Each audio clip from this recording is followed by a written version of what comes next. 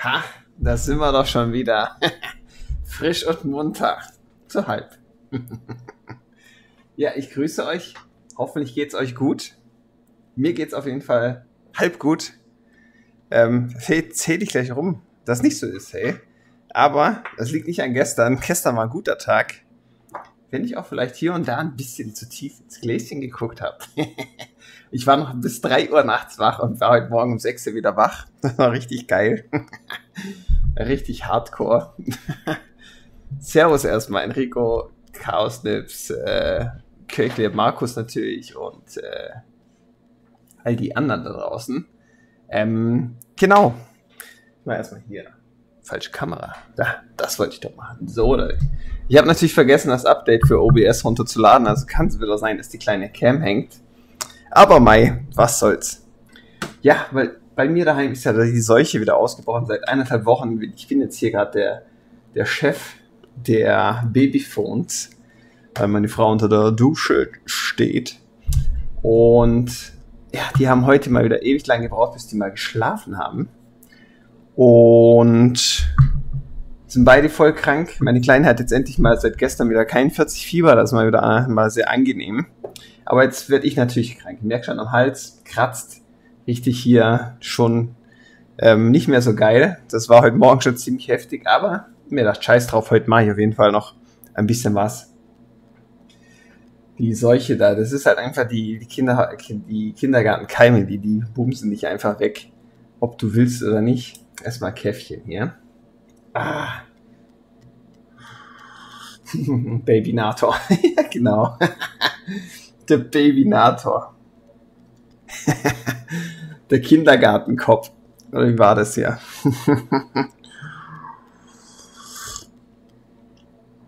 Ja, das ist eigentlich schon alles, hey. Krug. Ja, heute mal ein anderer. Aber ein Krug. Krug ist Krug. Das ist von innen desinfizieren. Da schenke ich mir auch gleich mal nachher noch was ein. Haben wir ja alles da. Ohne geht's nicht. Das ist mir schon klar. Aber schenke ich ja jetzt schon mal ein bisschen was ein. Dann kann ich schon mal ein bisschen hier das Schäumchen ein bisschen abpflaumen. Ich hoffe, euch geht's gut. Ihr könnt jetzt heute gechillt in den Freitag reinstarten, in euer Wochenende. Jetzt habt ihr es geschafft und jetzt könnt ihr hier den Abend noch genießen mit ein bisschen Apfelsaft und mit ein bisschen Freude und ein bisschen Brushen. Ja, sieht aus wie Jackie Cola. Das ist nur Kaffee.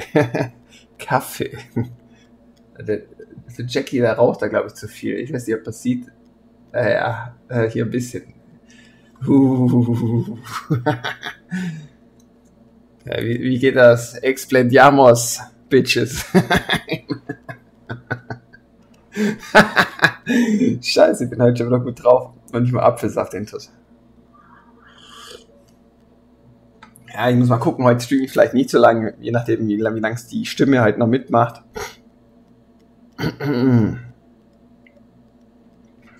Muss ich einfach mal gucken. So, Frauchen holt die Babyphone. Bitteschön. Ja, ich mal mit deinem Bademantel in die Live-Session hüpfen. Das wollt ihr bestimmt. In euren Träumen nicht. So.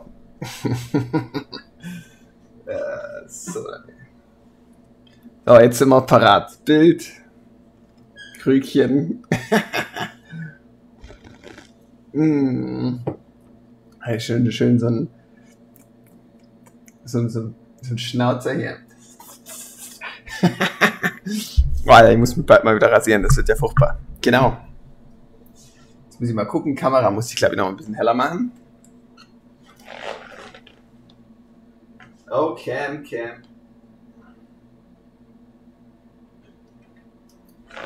So, lassen wir sie mal. Die ist jetzt bei 9 plus.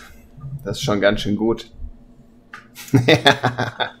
Ja, für Träume kann ich nichts. Die sind frei für jedermann und jeder Frau. Das ist ja das Schöne bei den Träumen.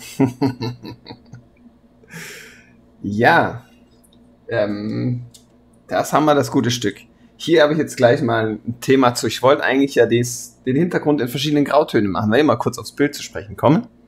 Aber mir ist jetzt aufgefallen heute, dass ich ja schon ganz fleißig den Skull hier mit schwarz, und zwar mit rein schwarz bemalt habe überall. Und selbst wenn ich das hier unten mit Anthrazit schwarz mache oder so, also einem sehr dunklen Grau, dann sieht das nicht annähernd so schwarz aus wie das ganze Schwarz im Schädel. Und das fand ich voll scheiße, weil das sieht dann total unfertig aus.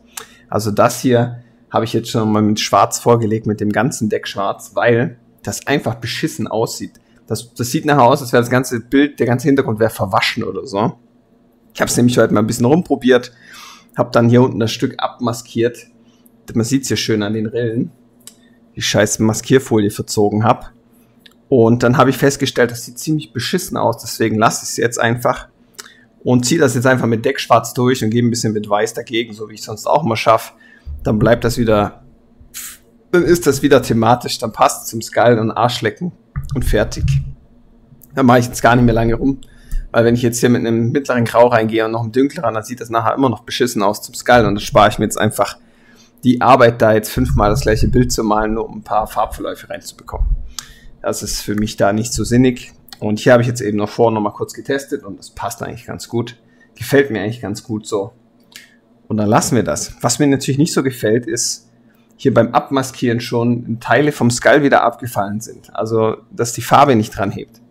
Ich hoffe mal, das hält sich hier in Grenzen. Jetzt habe ich echt Schiss, den zu demaskieren. Wahrscheinlich geht die Hälfte an den Arsch. Machen wir den ganzen Hintergrund eigentlich umsonst.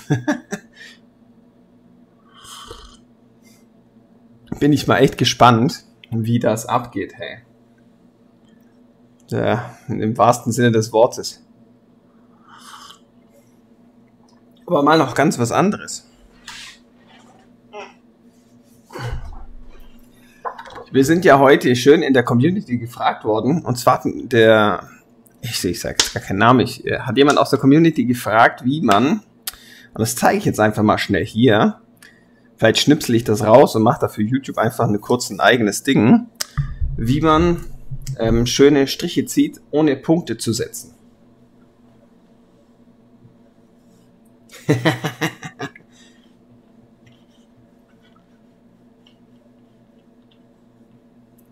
Ja, aber die kleinen Macken kann man noch einigermaßen richten, aber da scheint halt schon wieder komplett das Deck weiß von dem Synthetikpapier durch und dann geht mir schon wieder voll einer ab, was das Synthetikpapier angeht. Also die nächsten Sachen, die haue ich auf jeden Fall wieder auf einer Leinwand raus. Das ist so empfindlich, der Scheiße. Ich komme teilweise einfach nur mal dran mit irgendwas und verkratzt das dann sofort. Das wird sicher hier auch noch passieren, wenn ich den nachher abziehe und so. Also ja, ganz so zufrieden macht mich das nicht. Ja, das ist eigentlich eine gute Idee, Maskierfolie, aber hier habe ich jetzt echt Schiss gehabt, weil das so, aber wisst ihr, auf einer glatten Oberfläche wie Lack oder wie eine Aloe-Dibond-Platte kannst du das machen, das ist scheißegal. Da fliegt dir nie die Farbe ab, aber auf dem scheiß Synthetikpapier halt. Wieder mal so ein Grund, warum ich da nicht so ein Fan von so einem Zeug bin, aber hinterher ist man immer schlauer und ich probiere das trotzdem einfach mal aus. Zur Thematik nochmal schnell. Ich hoffe, das ist jetzt nicht so hell, aber, ich zoome kurz mal rein. Bam, bam. Ich mache das mal kurz hier drüber. Und zwar war die Frage, wie man brushen kann, ohne dass man... Oh, bin ich bescheuert. Jetzt gucke ich doch gerade da hoch und drücke die Nadel ans Papier. Das ist schon passiert, Jungs und Mädels. Habe ich sie schon geschrottet nach 5 Minuten.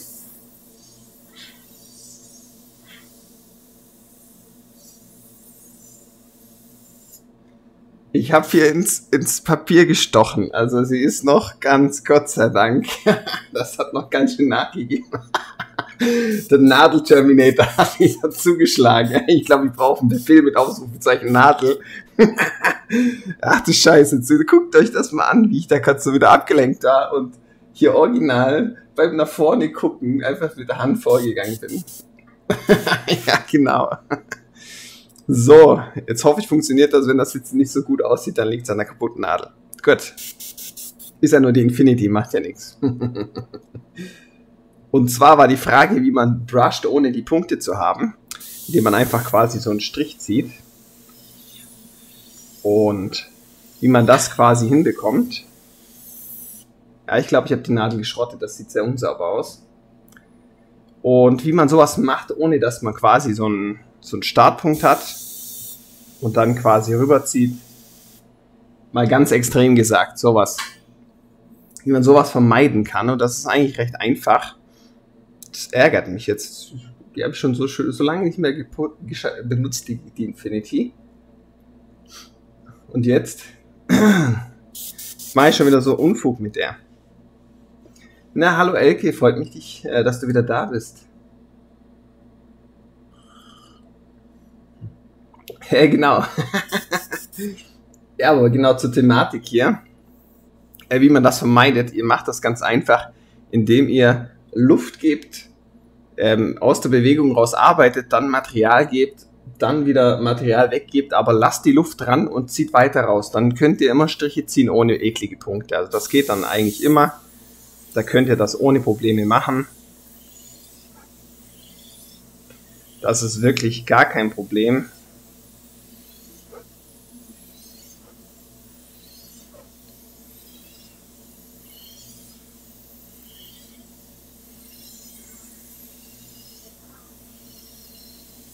Könnt ihr auch mit einer langsamen Bewegung machen, das ist völlig egal, aber so könnt ihr, ohne Punkte zu machen, einfach gerade Linien ziehen. Ihr müsst einfach, wie gesagt, aus der Bewegung rausarbeiten und dann Material geben und es wieder wegnehmen.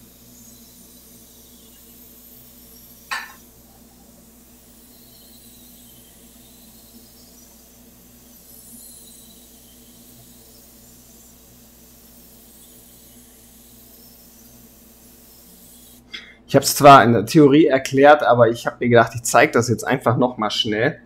Da ist das nochmal ein bisschen sinniger. Abend. Krokon. Irgendwie so. Ja, das nur mal zu der Thematik. Das wollte ich einfach nochmal schnell für sinnbildlichen, damit das einfach vielleicht klarer ist. Und damit ihr einfach so könnt ihr eigentlich immer arbeiten, wenn ihr dann wirklich aus der Bewegung rausschafft und das macht, dann habt ihr nicht diese Ansatzpunkte, außer ihr wollt die natürlich haben, dann macht das natürlich Sinn. Und das andere, was es noch gibt, sind dann halt quasi Dagger Strokes, quasi Dolchstriche, und das erklärt sich dann auch von selber, dass man von oben dick nach unten dünner wird und dann macht man eben so Dagger Strokes.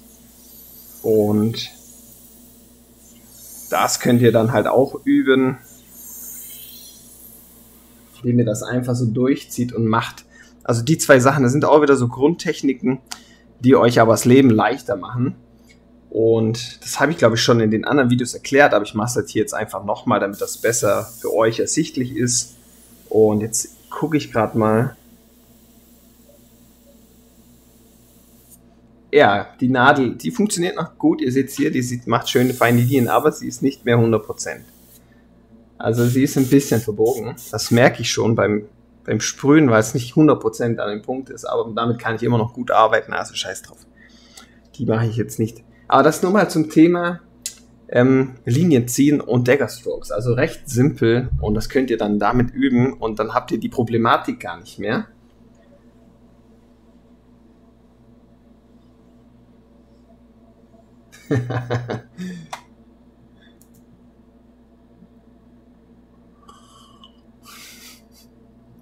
So geil, wie ich einfach die Nadel zerlege. Das ist so genial. Ich feiere das langsam selber. Das ist so bekloppt, ey. Also bei mir hat sich der Sharpen Air schon 1000-fach rentiert. Mit so einem Blödsinn, hey. Das ist einfach nur herrlich. So, ich mache jetzt einfach unten weiter.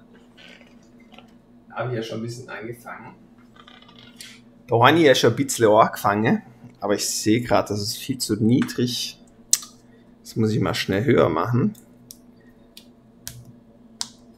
Oh, wie das immer klebt. So, hier ein bisschen. Wie hoch möchte ich es denn haben? Machen wir es so. Das mit den Magneten finde ich halt geil. Das hast du bei der Leinwand halt nicht, ist klar. So, Darlene.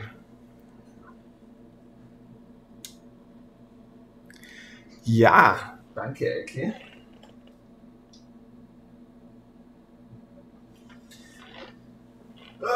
Kamera, die will ich wieder ärgern. Der scheiß Teddy wie so ein Psychopath da hinten so dumm grinst, ey. Der verfolgt euch in den Träumen. Ja, zum Hintergrund habe ich gerade schon ein bisschen was gesagt, da warst du nicht da, ich wiederhole es gerne nochmal. Ich wollte eigentlich hier mit mit 2, 3 verschiedenen Grautönen arbeiten. Habe ich jetzt aber sein lassen, weil ich in dem Skull mit rein schwarz gemalt habe und nicht nur mit Grautönen, wie ich es mir eigentlich am Anfang wollte. Da habe ich ein bisschen rumprobiert.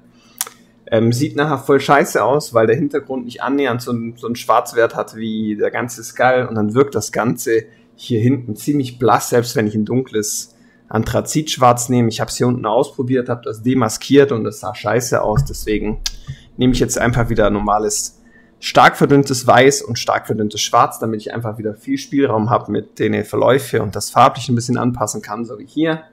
Und dann passt das. Dann lasse ich das jetzt so und ziehe das jetzt durch, bevor ich, wie gesagt, das Bild 5-mal aufmalen muss mit den verschiedenen Grautönen.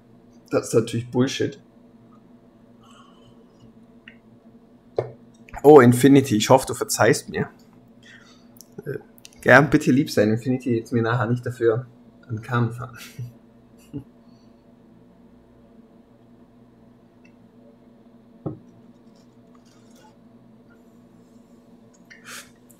Der Hintergrund macht mich seit vorgestern ein bisschen fertig. Welcher Hintergrund denn? So. Ich ziehe es noch ein bisschen runter. Ich brauche mal die gute Arbeitshöhe, sonst wird das nichts.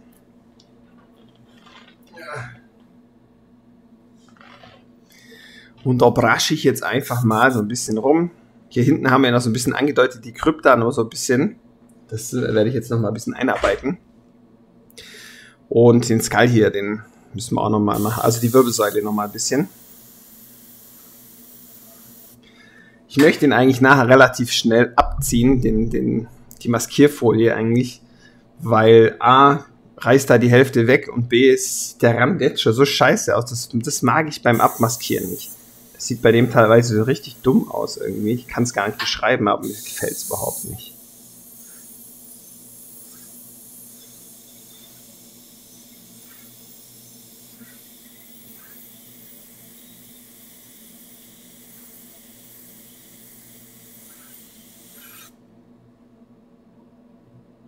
Ja, der Bogen. Servus Non. Ich habe jetzt vorher nochmal erklärt mit den geraden Strichen und so, da musst du dann einfach mal das Video nochmal anschauen, morgen oder später. Einfach nur den Anfang, die ersten paar Minuten. Da erkläre ich das nochmal kurz mit den Dagger Strokes und den geraden Strichen für dich einfach nochmal, glaube ich, ganz interessant.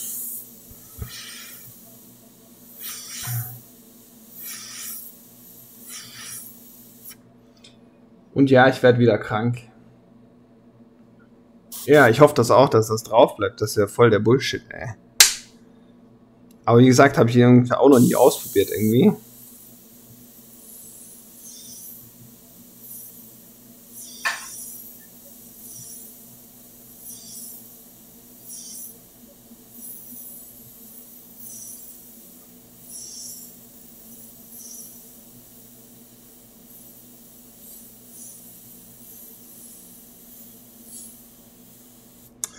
Die Nadel mich jetzt ein bisschen anmachte, ey.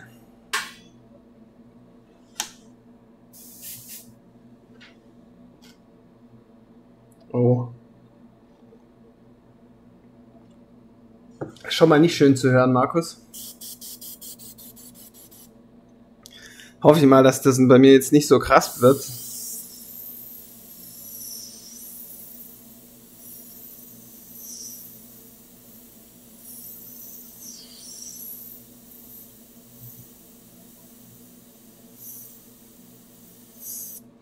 Ah, ich muss hier noch mal kurz ein bisschen was reingeben. Kleinen Schluck unter Wasser. Die läuft jetzt leider nicht mehr so ganz so geil. Ich natürlich gerade vorhin, weil die einfach irgendwo eingeeckt ist, die Gun. Oh.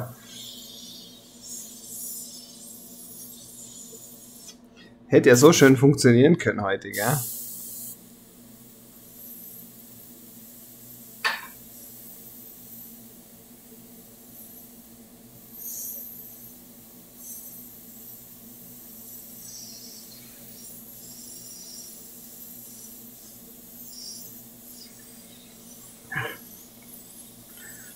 Mal ein bisschen hier Deckkraft.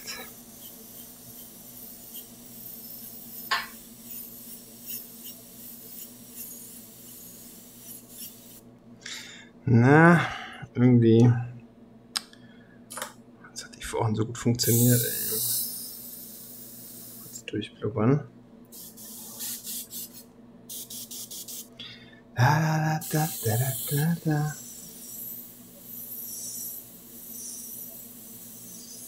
Konnte ja kaum glauben, dass bei euch so viel Schnee liegt, Alter. Das ist ja nicht mehr normal. Als ich das heute gesehen habe im Discord-Server, dachte ich mir so, what the fuck, ey. Wie kann denn so krass viel Schnee überall liegen? Wir hatten hier so Sommertemperaturen, ey.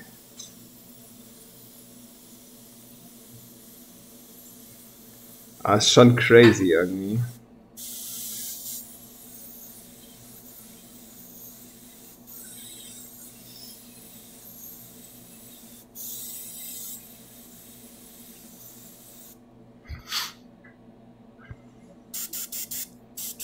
Oh, ich bin ja froh, dass mal das Streaming jetzt so easy einfach ist.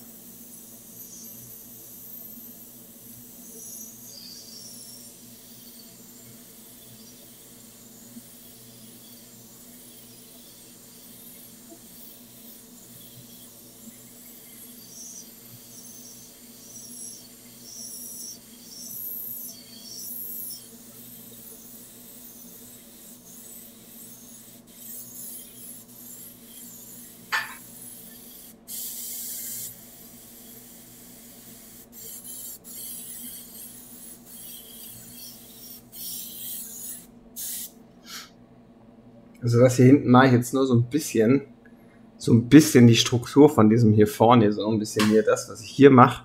Und das nehme ich jetzt aber mit Schwarz sehr, sehr stark zurück. Da soll man wirklich nur noch so ahnen. Da soll man gar nicht mehr stark sehen können. Das ist das, was ich gerade vorbereite und ein bisschen mache. Während ich gucke, wie lange ich noch die Infinity benutzen kann, ohne dass sie mich auch so richtig ankotzt. Die Nadel kaputte halt. Das ärgert mich jetzt wirklich. Das ist für mich kein Eck, das zu reparieren, aber das ist immer so Paradebeispiel sein muss.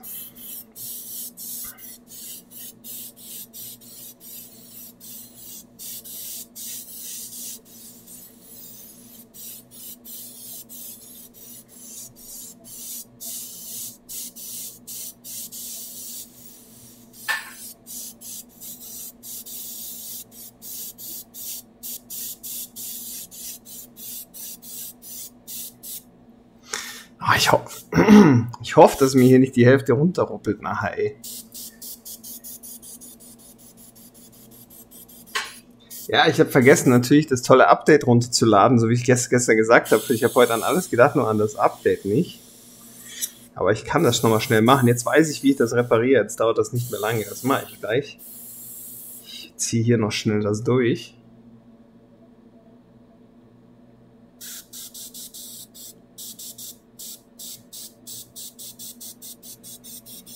Großkamera. Ja, gleich. Siehst du, habe ich an alles gedacht vorhin. Start den Stream und denke mir, scheiße, wieder nicht das Update runtergeladen. Muss ich einmal kurz die kleine Cam abziehen und wieder ranstöpseln. Ja. Alter Mann.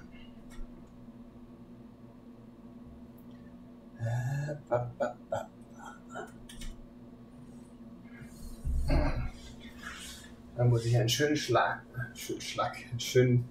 aus meiner Tasse nehmen. Dann schaue ich doch mal schnell. Dann schauen wir mal kurz. Hinzufügen, du kleine dumme Sau.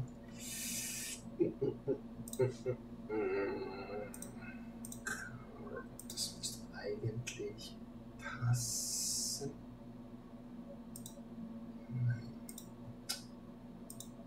Okay, nochmal von vorne. Neu. Ich dachte mir, hoffentlich funktioniert das heute. Jawohl, das geht schon mal. Ist also hier wieder so ein bisschen so rumgefummelt. Hier schön während dem laufenden Ding hier einfach mal kurz das Bild drüber mache. Aber ist ja wurscht. Ich ziehe das bloß jetzt gleich noch hier bei der vollen auch nochmal rein.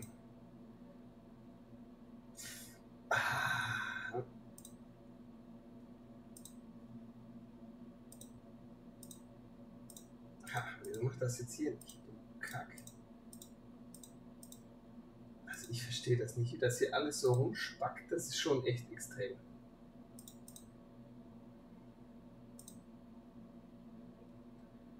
Funktioniert doch jetzt einfach. Warum? Das verstehe ich nicht. Das muss mir mal jemand erklären, hey. So.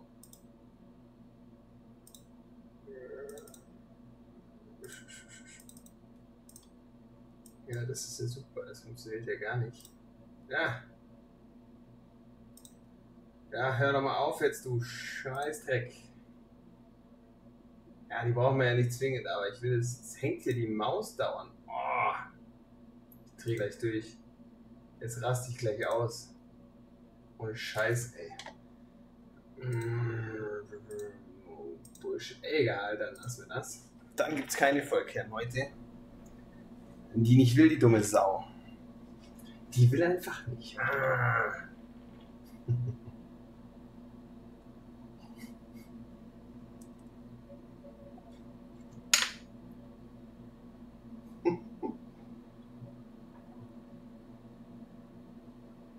Ja, stimmt, den Bot muss ich mal noch runterfahren. Den Bot muss ich mal noch ein bisschen runterfahren, damit der hier nicht so hart rumbestraft, ey. Das habe ich, das war irgendwelche Standardeinstellung mit diesem Anti-Spamming-Scheiß. Das muss ich auch noch machen, das habe ich auch schon wieder vergessen. Ach, das weiß ich dann für morgen. Dann weiß ich das morgen. Dass ich das noch machen muss, ey. Ja, falsche Gun, heieiei. Weil hier habe ich eigentlich auch einen Schwarz drin. Ich habe jetzt mal... Nehme ich halt kurz mal wieder die hier.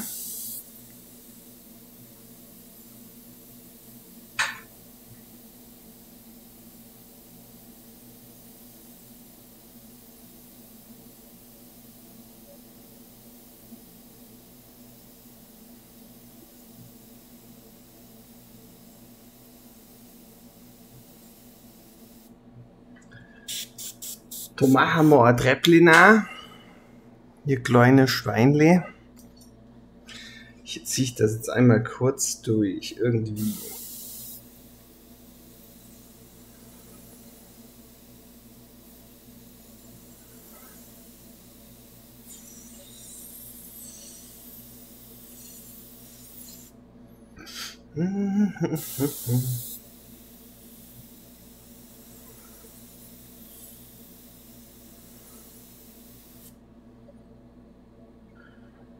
Ja, servus, Hardy, Mensch.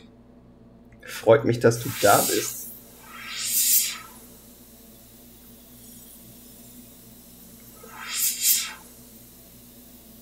Ich hoffe, dir geht's gut.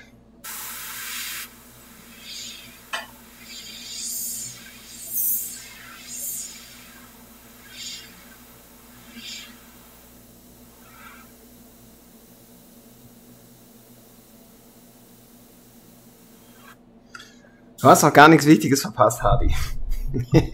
Lief alles reibungslos bis jetzt.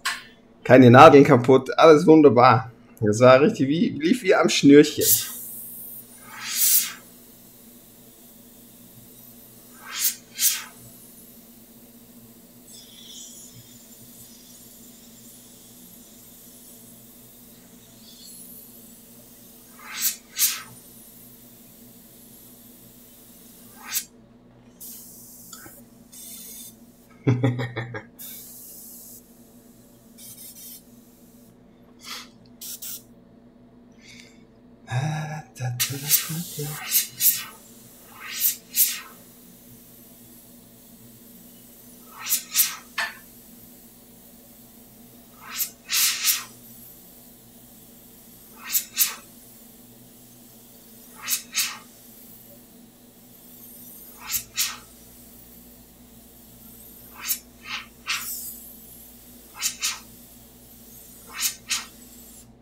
Also das hier unten, das ganze Treppengelumpe ist auch alles nur so ein bisschen. Scheiße. Der geht denn auch nichts, wa? Schweinerei.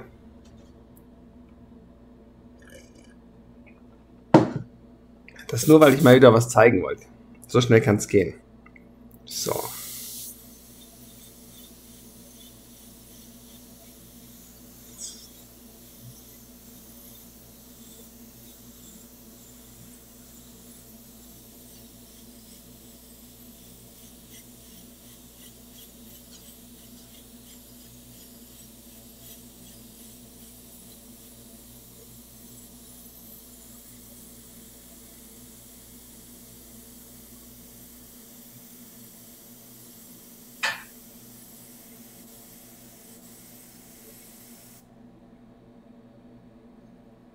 Ja, servus Jana, schön, dass du da bist, Mensch.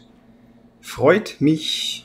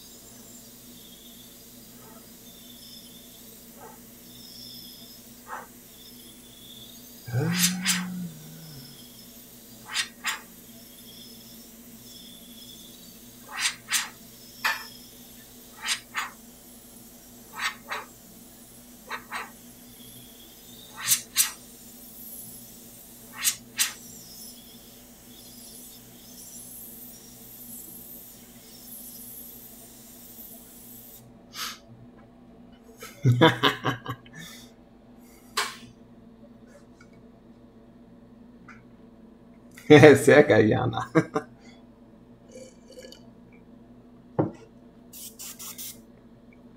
Ja.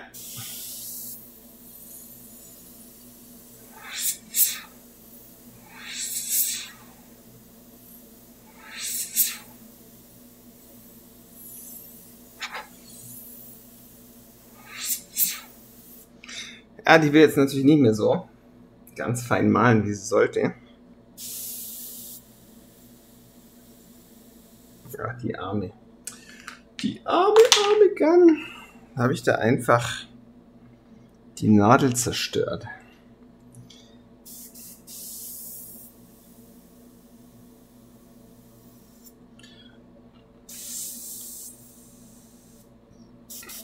Super optimal. Ja, warum mache ich die Stufen eigentlich nicht mit dem Lineal oder sowas? Fragt sich vielleicht der eine oder andere. Mache ich nicht, weil ich den Rest auch nicht mit dem Lineal oder so durchziehe.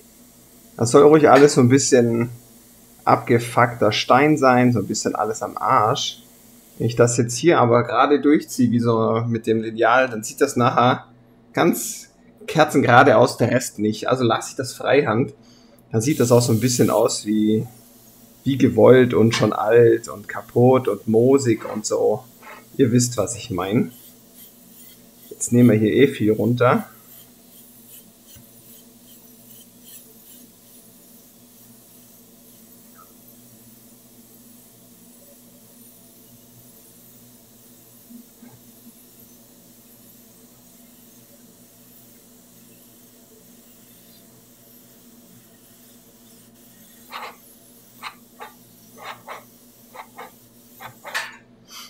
Nehmen wir das so ein bisschen ein.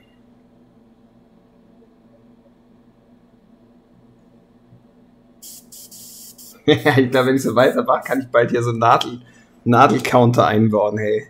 So wirklich, aber das war der Klassiker. Ich bin nach vorne gegangen, weil ich was gucken wollte und hatte einfach so die Gun hier wie jetzt so schön in der Hand und guck so nach vorne und dann so, und ich so, oh shit, Alter, das gibt's gar nicht.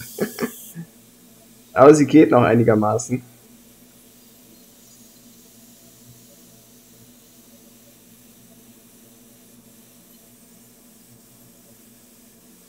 Solange das noch halbwegs geht, ist da alles gut. Dann ist alles easy.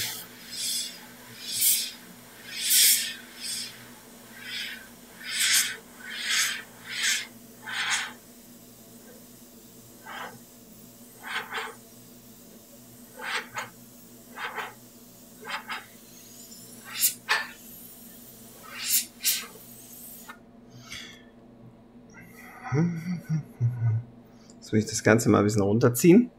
Normalerweise haben die Stufen ja eine Kante und dann nochmal eine Oberfläche, damit es dreidimensionaler wird. Hier habe ich so ein bisschen eingebaut mit dem Versatz, aber auch nur so ein bisschen. Ich habe es eigentlich vergessen.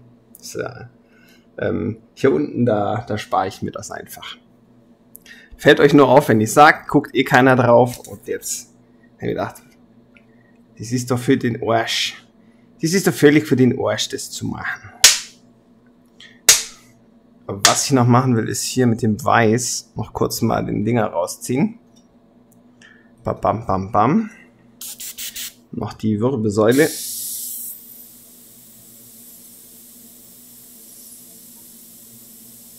Nehmen wir schön wieder das verdünnte Weiß.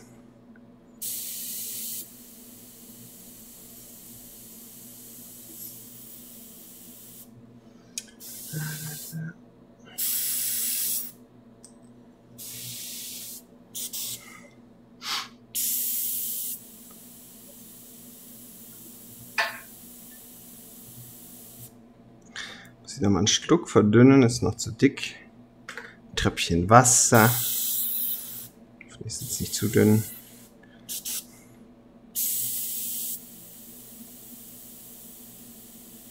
Mensch, was spritzt die dann so rum? Was ist heute los? Eigentlich habe ich die gut gereinigt, Mensch. Ich weiß gar nicht, was heute schon wieder ist. Bitches on my own.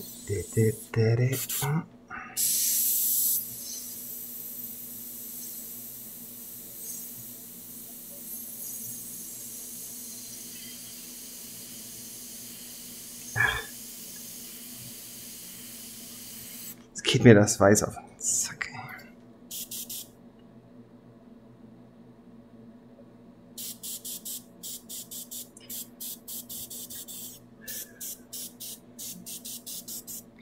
Ach ja, die scheiß Cam, vielleicht lasse ich es jetzt auch einfach mal hängen, was soll's.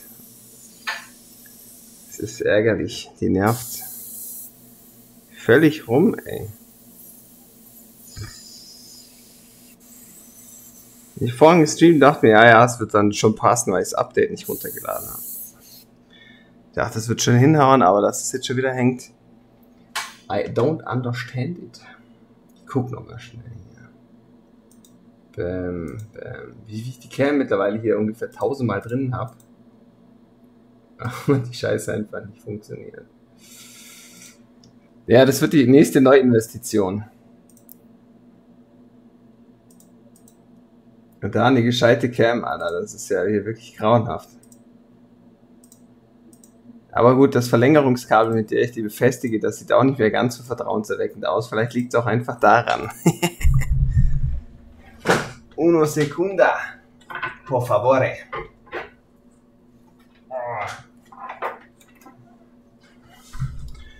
Uno secunda. Könnt ihr mir schön der Arsch sehen? Ah, Gott sei Dank nicht. Da gibt es eh nicht viel zu sehen.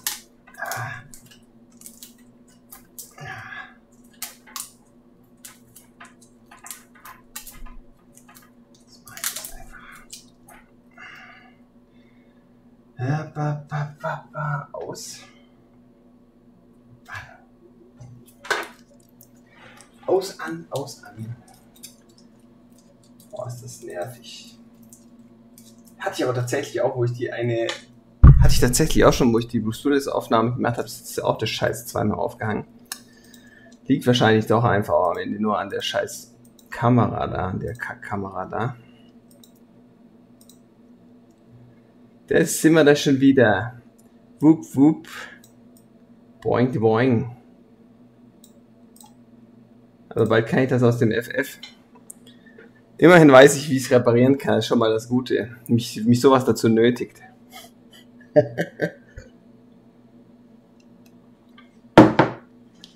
Guckst du, machst du. Guckst du das. So. Ein bisschen. Ja, hier geht wahrscheinlich die Hälfte beim Demaskieren sowas von kaputt. Ach. Damit ihr das auch gescheit seht. So vielleicht. So. So, Talle. Ein bisschen zurück. Da muss ich nicht so viel rumzoomen. So. Da. ziehen wir das hier einfach ein bisschen durch.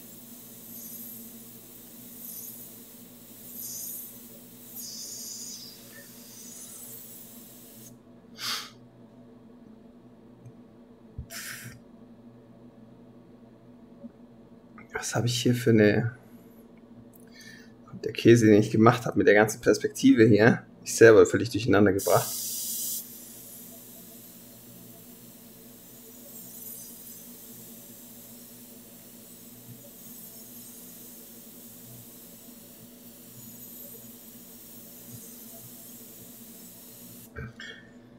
Ja, die schafft nicht mehr so sauber. Dann gefällt es mir schwer, wenn die natürlich ein bisschen breiter wird. Das hier ist komplett abmaskiert, das Ganze. Und ich habe heute ein bisschen geguckt, weil ich wollte eigentlich mit Grau hier rummachen, aber der Skull ist ja mit rein schwarz gemalt und das Problem dabei ist, dass das dann nicht mehr zum Hintergrund passt. Deswegen male ich gerade wieder mit schwarz. Und habe das abmaskiert und vorhin, wo ich kurz demaskiert habe, um was zu gucken, habe ich schon gesehen, dass hier teilweise ein bisschen mir die Farbe wieder abrupft. Ich hoffe, das wird sich in Grenzen halten. Aber es wäre schon sehr ärgerlich, weil das ist einfach nachher sonst am Arsch.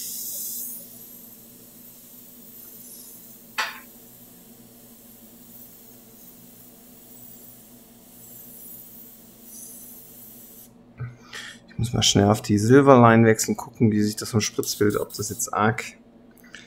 Jetzt nehme ich einfach die, da habe ich zufällig auch noch ein Schwarz drin.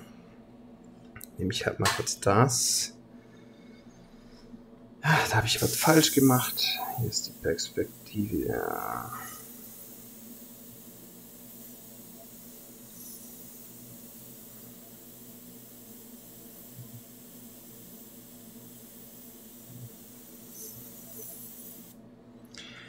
Was machen wir hier eigentlich die ganze Zeit? Das ist eigentlich ganz interessant, weil die ganzen Treppen, die ganzen Striche, das sind alles das, was ich auch beim Norm schon gesagt habe, das sind eigentlich die geraden Striche, wo wir eigentlich darauf achten, dass das Ganze passt.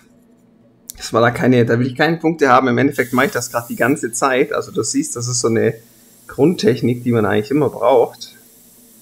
Und deswegen eigentlich ganz wichtig, das zu können, damit ihr da einfach besser werdet. Ist das gar nicht blöd, das hinzubekommen.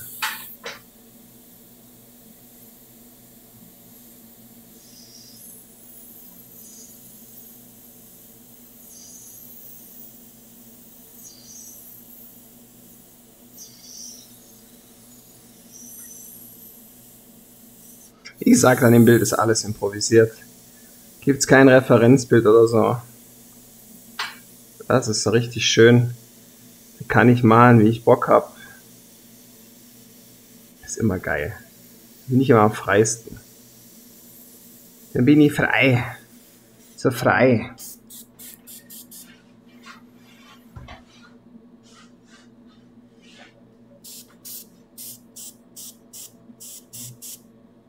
Ja, ich glaube auch, dass er nachher deutlich heller wird. Wahrscheinlich ziehe ich die ganze Farbe ab und dann habe ich das Ganze auf dem Ding. Das wäre so richtig schön. Einmal auf der Maskierfolie, einmal schön den ganzen Skull drauf.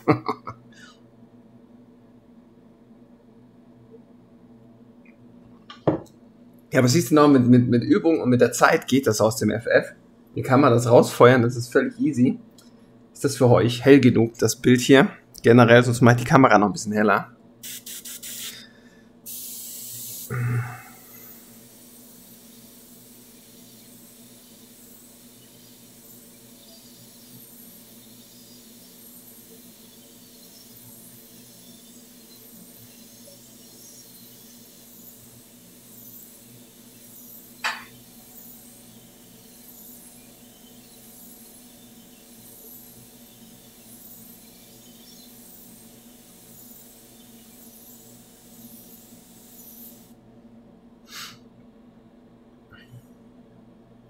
Skull in Reinweiß. Genau. Mal was ganz anderes. Dann kann ich nachher sagen, das ist gewollt. Ja, klar. Das wollte ich schon immer mal ausprobieren. So ein Reinweiß-Skull. Oh, ich bin so gespannt, wie das nachher, wie das scheiße aussieht, wenn ich das abfummel. Ja, das klebt auch noch so fest, dass ich richtig festziehen muss. Das habe ich schon das Gefühl gehabt, ich zerfetze noch das scheiß Synthetikpapier. Also, drückt mir die Daumen.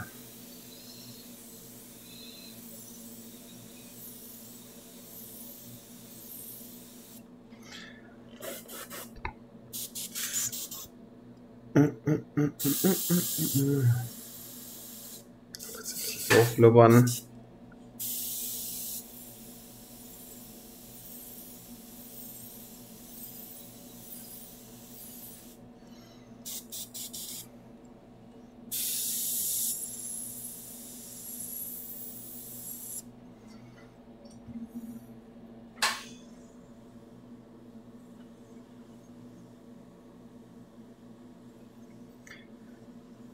Sensitivklebeband. Ob es dafür sind. Achso. Ja, beide die gleichen Farben. Ich denke immer, entweder denke ich, das ist die Elke, der Markus oder der Markus die Elke. Und komme völlig durcheinander. Aber ich wusste auch nicht, dass das überhaupt so ein Problem ist, weil ich dachte, wenn das eh schon so glatt ist, dann wird das kein Problem sein, aber scheint dem nicht so. Und das ist ein Problem für mich nachher, weil das nachher ganz schön schnell scheiße werden kann.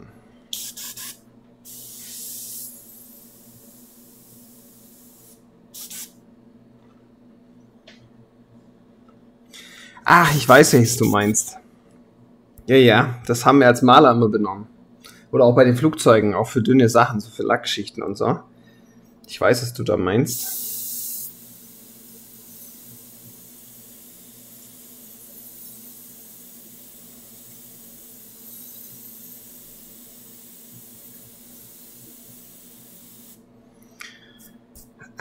Ich weiß.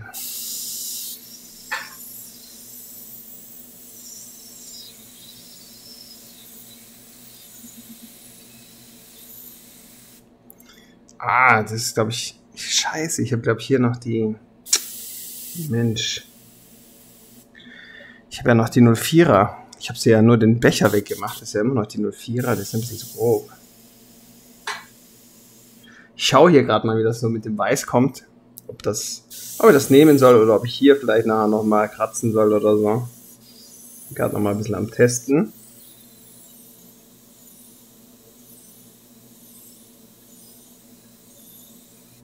Aber wenn ich das halt mache, muss ich es nachher durchziehen. Entscheide ich spontan. Das mal nur hier so als kleiner Test für mich. Ob ich das so lasse oder nicht.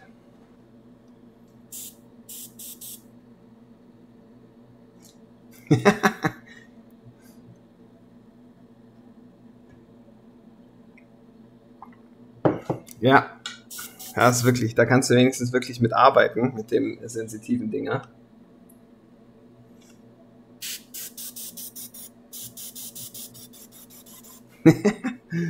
Haben die jetzt schon wieder gemacht.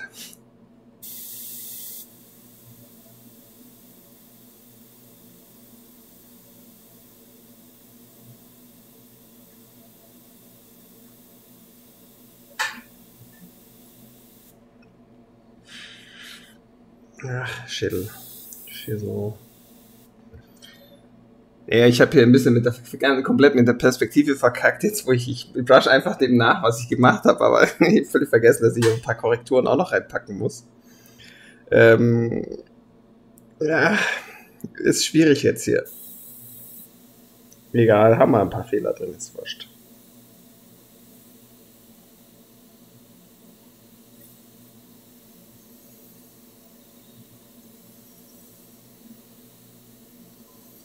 Och Mann. Da kotzt mich an, dass die so rumzuckelt da jetzt. Weil die eben den leichten Danger abbekommen hat. Das ist echt ärgerlich für so feine, ganz feine Sachen. Es ärgert mich. Ärgert mich wirklich.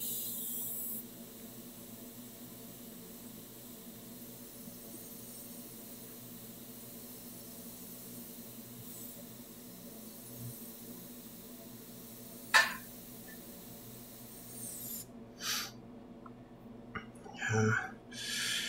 Hier haben wir eigentlich die Ding drin, aber egal. Ziehen wir einfach durch.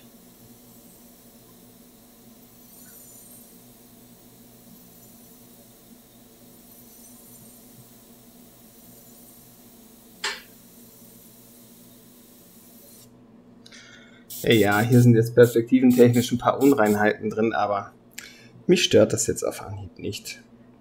Ich lasse das jetzt auch so.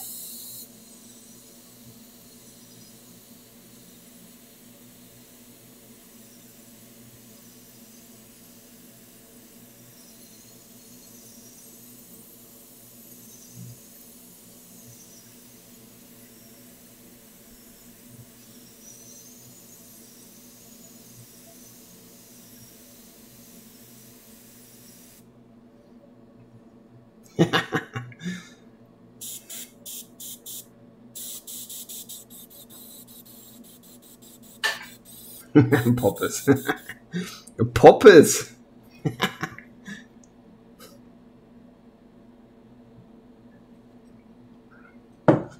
Also bei mir zeigt er mal verbindungstechnisch alles im Top-Niveau an, was mein Internet angeht.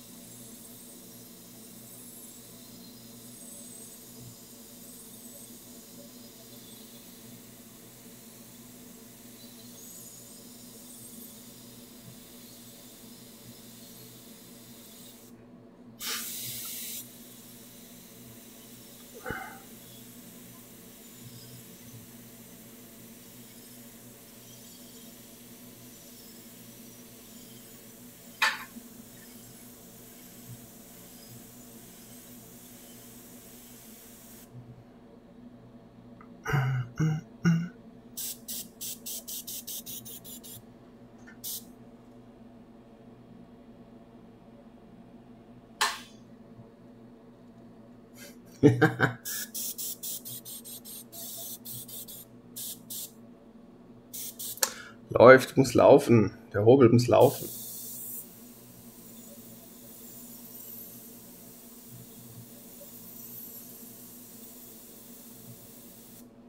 Ich sag's euch nur, das nächste Projekt wird erstmal wieder sowas von auf der Leinwand sein.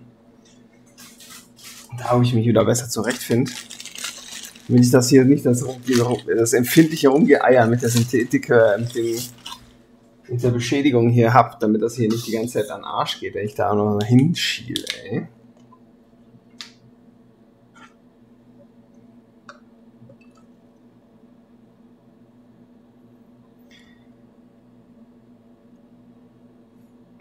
Erstmal hier Apfelsaft nachfüllen, Jungs und Mädels.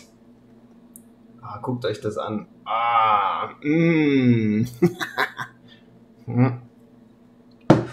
Herrlich. Ja, Schaumschnäuzerle. Ich habe übrigens auch noch einen Befehl eingebaut mit Ausrufezeichen. Airbrush for You, aber abgekürzt.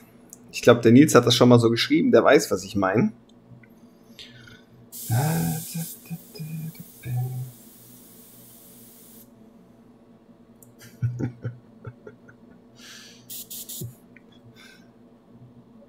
Nein, abgekürzt dann noch. Eigentlich nur die Anfangsbuchstaben, dann habt das.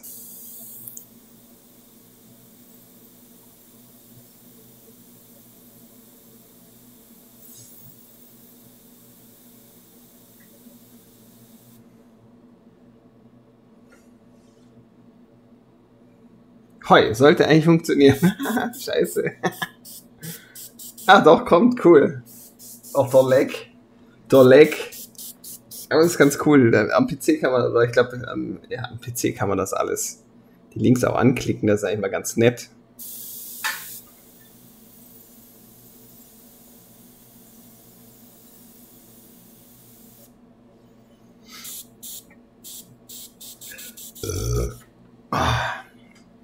Kommt mir das Bier hoch, sorry. So ist das halt mal. Ich nehme das jetzt nochmal hier runter. So.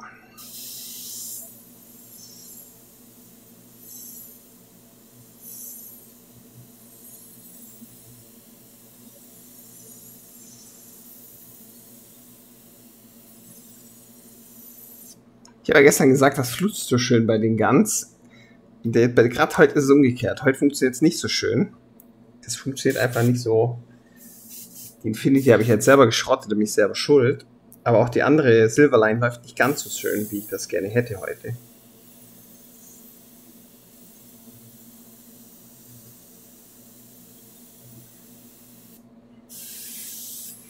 Aber Mai, so ist es halt manchmal, gell?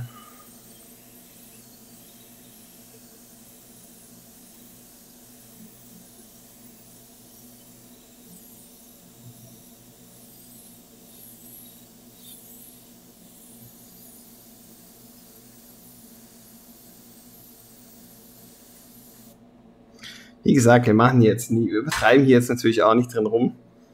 Was den Detailgrad angeht, da werde ich vielleicht dann auch ein bisschen mit der Schablone hier mal so ein bisschen unwillkürliche Struktur noch reinmachen mit dem Schwarz. Vielleicht radiere ich noch mal ein bisschen rum hier. Jetzt den Skull habe ich ja auch rumradiert und gekratzt. Vielleicht machen wir das hier an dem Gemäuer auch noch mal ein bisschen. Dann ist das auch noch mal ein bisschen, passt das noch mal ein bisschen besser zusammen. Sieht man noch hier meine erhabene Kuppel.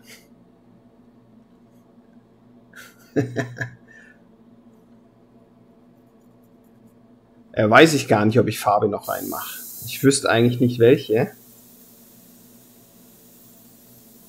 Das lenkt halt, glaube ich, ziemlich... Ich möchte nichts, was vom Skull ablenkt.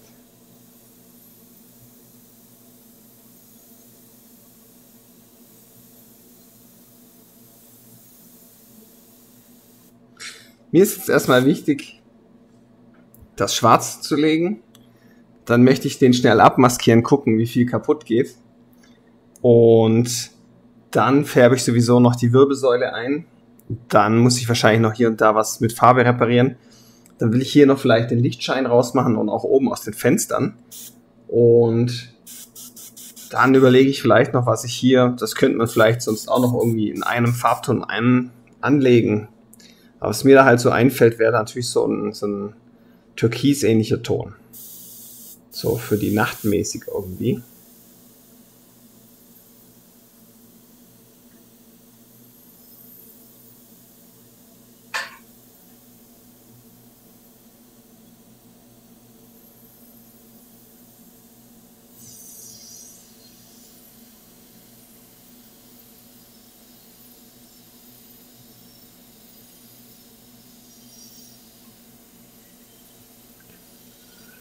I got bitches everywhere.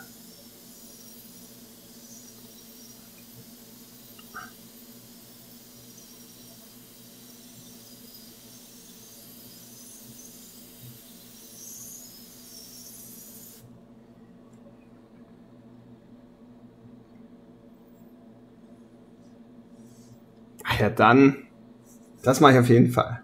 Mit dem Lichtschein.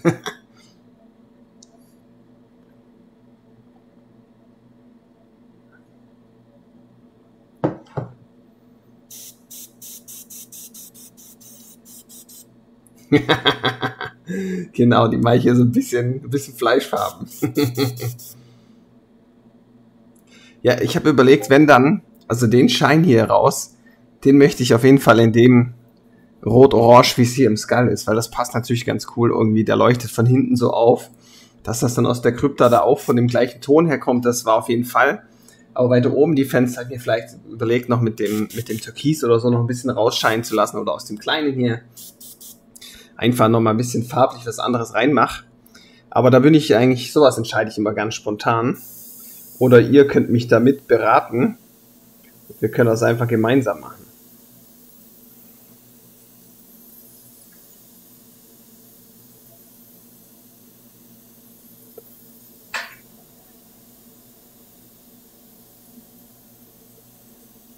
Ich muss jetzt sehr, sehr oft hin und her fahren mit dem Schwarz, weil die Nadel ein bisschen krumm ist. Warum eigentlich? Ich weiß gar nicht warum. Aber dadurch, dass sie ein bisschen krumm ist, deckt das nicht gleich so, wie ich das will. Ist aber nicht schlimm. Ich habe ja gesagt, ich möchte nochmal hier rumradieren, dann kann ich nochmal ein bisschen was nachkorrigieren. Und auf der anderen Seite passt es ganz gut zu der Krypta. Dann haben wir da so unser Krypta-Ding. unseren Penisbogen, ich meine Eingangsbereich. Oh, wenn wir da noch so ein bisschen Dreidimensionalität reinbringen.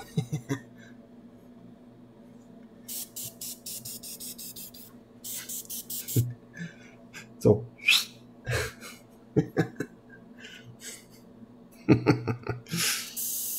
Das Skelett ist halt ziemlich erregt da aus der Krypta gekommen.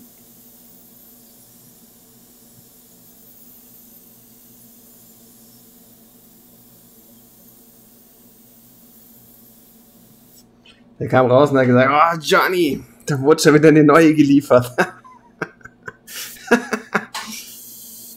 Den musst du dir mal angucken. Super Hüftknochen.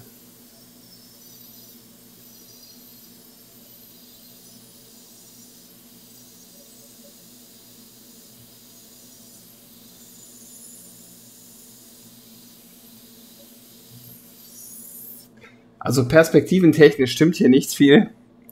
Dürft ihr mich gerne verklagen für, ja. Ist mir aber wurscht. Dafür ist es von mir, freut mich viel mehr.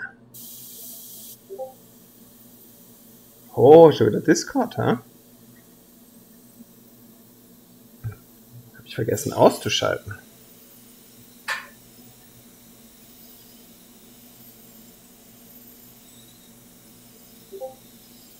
Na. So.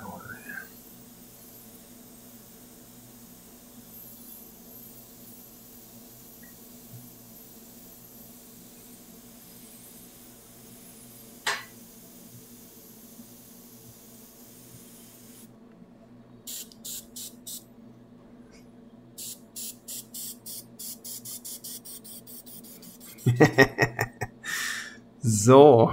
Ich mache jetzt mal hier noch so ein bisschen Struktur rein. Das soll eigentlich so ein fester Bogen sein. Das fand ich irgendwie ganz cool. Ich mache da gleich mal hier so ein bisschen was rein, hier mit meinem letzten Fetzen. Aber die Struktur von der Airbrush-Folie, habe ich schon mal gesagt, die ist zwar sehr cool, aber leider zu groß. Da sind die einzelnen Partikel so riesig, das sieht dann irgendwie komisch aus. Ich brauche das so wirklich futzelfitz klein, aber da werde ich mir bei Airbrush-Folie nochmal eine neue gönnen. Eine, die besser passt. Machen wir hier so ein bisschen Gemäuer, Gezankel rein. Machen wir auf jeden Fall nachher noch ein bisschen mehr. Mit dem ganzen Schissel. Damit das einfach auch ein bisschen mehr nach Wand aussieht. Machen wir noch so ein bisschen ziegelmäßig was angedeutet. Oder wir können auch ein bisschen sprenkeln vielleicht. Wobei, wenn ich sprenkle, muss ich den anderen Scheiß aussprenkeln. Nee, dann lassen wir lieber.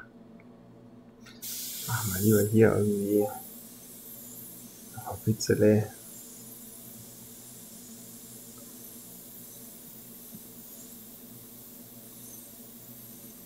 Hier fehlt noch irgendwie. Wir sollten noch irgendwie Inschrift reinpacken. Und ich mache einfach irgendwie so was Kryptisches, nicht Fantasy-Sprache. Da muss ein gutes Zitat eigentlich drauf. Das dürfte man ein paar raushauen.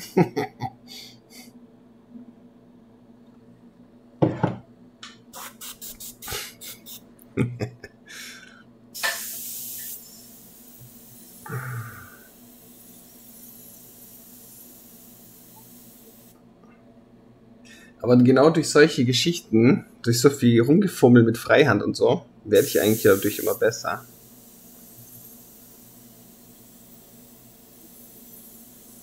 Wie gesagt, hier ist es nicht so wild, wenn das zittrig ist, ist eh alles Krypta. Wäre das jetzt irgendwas gebäudemäßig oder sowas passen müsste, dann könnt ihr das mir nicht erlauben. Dann müsst ihr auch ein Lineal oder so nehmen. Das ist ja klar.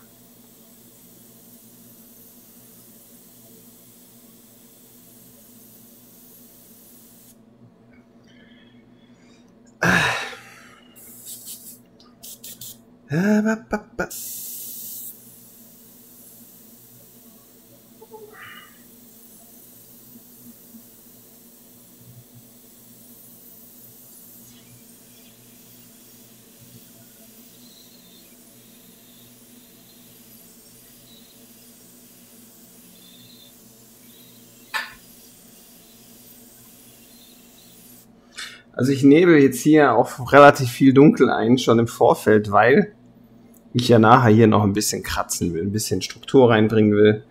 Mache ich nicht mit dem Deckweiß, das sieht irgendwie scheiße aus. Mir eingefallen, das Deckweiß gibt's auch sonst nirgendwo im Bild. Auch nicht im Skull, und dann sieht das wahrscheinlich auch nicht ganz so toll aus. Deswegen lasse das doch mal lieber weg.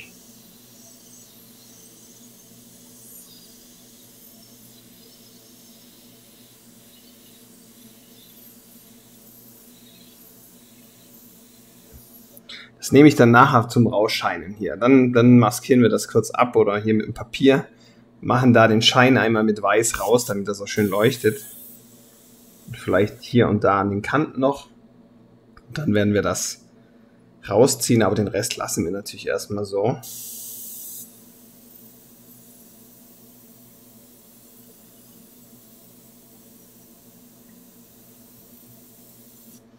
Hier oben wollte ich eigentlich irgendwas Cooles machen, habe ich es völlig verballert. Und jetzt bleibt es einfach so, wie es ist. Einfach so eine Platte.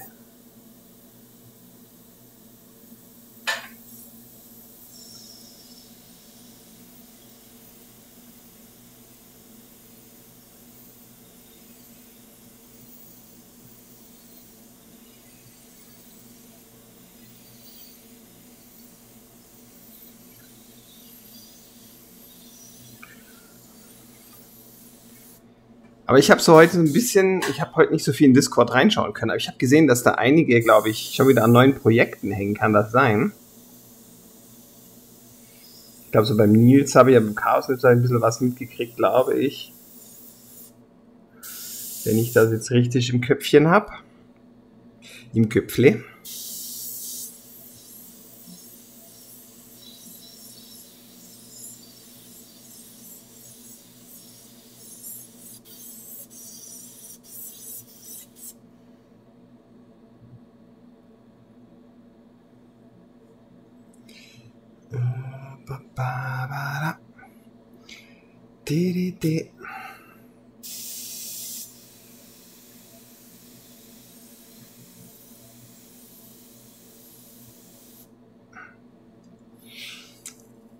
Ah, nicht dumm.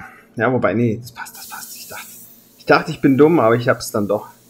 Ich mach's doch richtig. Der Schein kommt ja, das Helle kommt ja von der Seite. Also machen wir hier ein bisschen schwarz.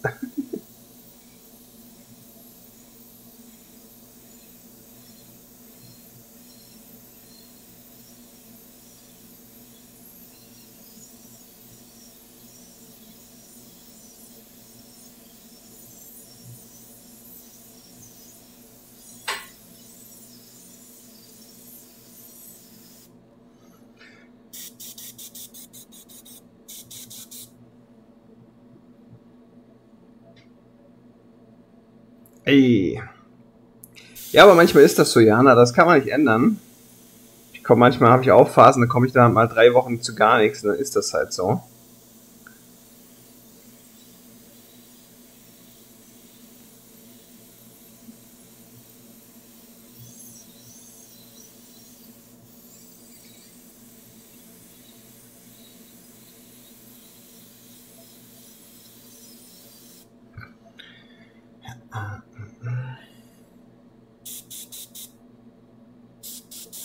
Ja, außer steht ein Katzenrubbeltest.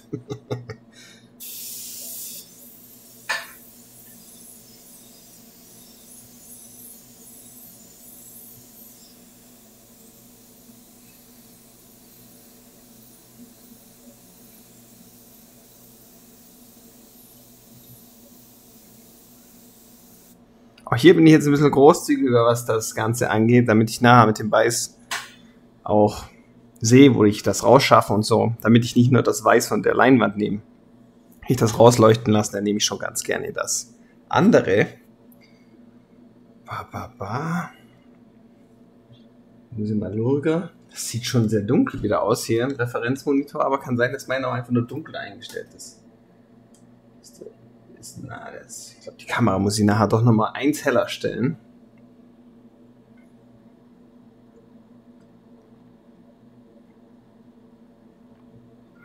Ja, Enrico zum Zeichnen wenigstens. Ja, das hast du auch fleißig, das hast auch coole Sachen gemacht.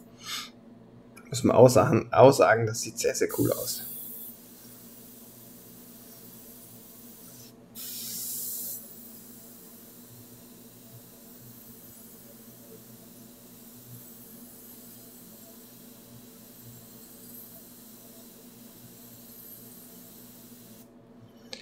Ba, ba, ba.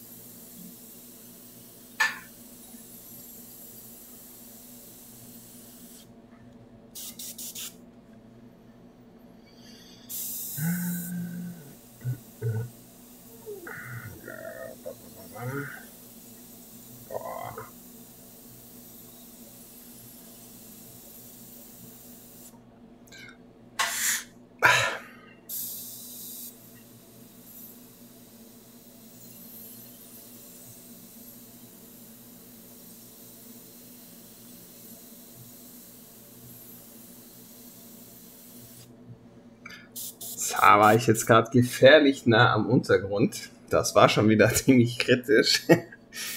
Aber es ging noch.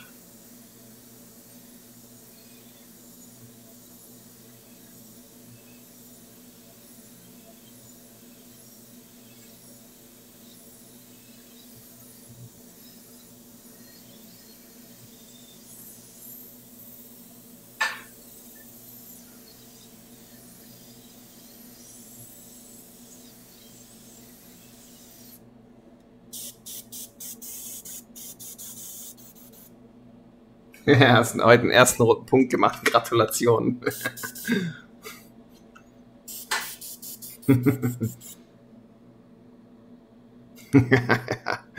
Gibt's einen schönen Dieb. Aber ich finde, jetzt entwickelt sich das total langsam. Das sieht richtig schön dreidimensional aus. Eigentlich ist die Perspektive, also vom Referenzbild sieht man ja nur das hier. Das Stück hier oben habe ich gehabt nur. Und dann war das halt hier so dumm mit der Kante. Ich weiß, das ist wahrscheinlich, wenn das ganze Bild irgendwo, gibt's das wahrscheinlich schon noch, aber ich habe es nicht gefunden. Ist das nochmal ein bisschen anders gelöst mit der Treppe, aber jetzt habe ich das hier einfach durchgezogen, habe mit Enrico in der Früh beim Aufzeichnen ein bisschen drüber diskutiert. Und dann gesagt, komm, dann zieh ich das durch, dann ist das nochmal ein bisschen gedreht mit dem Bogen. Hier passt das. Das hier ist natürlich jetzt nicht, ich glaube, vom Winkel her und so nicht ganz richtig und optimal, aber ja, wie gesagt, das dürft ihr gerne behalten. Den Fehler, den schenke ich euch. Ist halt so. Aber das ist, finde ich jetzt persönlich nicht schlimm und stört mich auch nicht.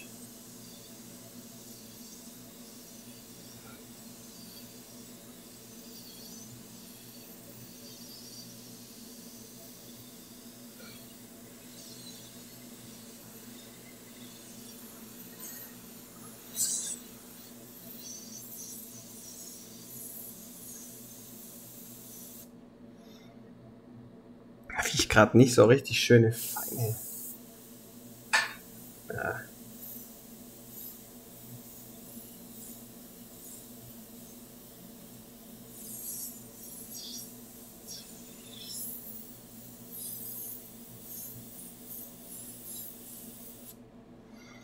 Vielleicht nochmal einen Schluck Wasser rein, damit das, das ist gar keine Farbe mehr drin. Ja, wie oft passiert mir das eigentlich in letzter Zeit? 1, 2, 3, 4, 5. Da wundere ich mich immer so, warum kommt es dann in so eine Farbe? Wird natürlich die Intensität noch ein bisschen anders, weil wahrscheinlich meistens vom Rand noch ein bisschen Farbe nachläuft. Deckt dann natürlich gleich wieder wie keine Ahnung was,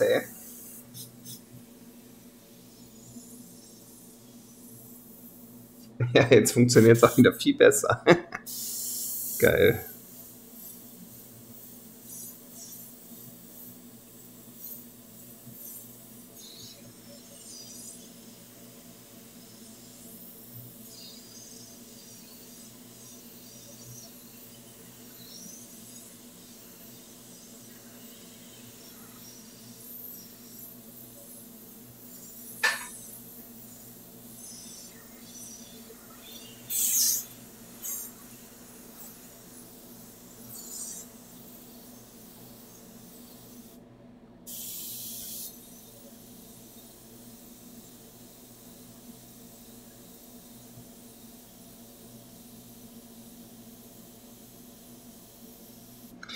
sehe, da geht's wieder hier.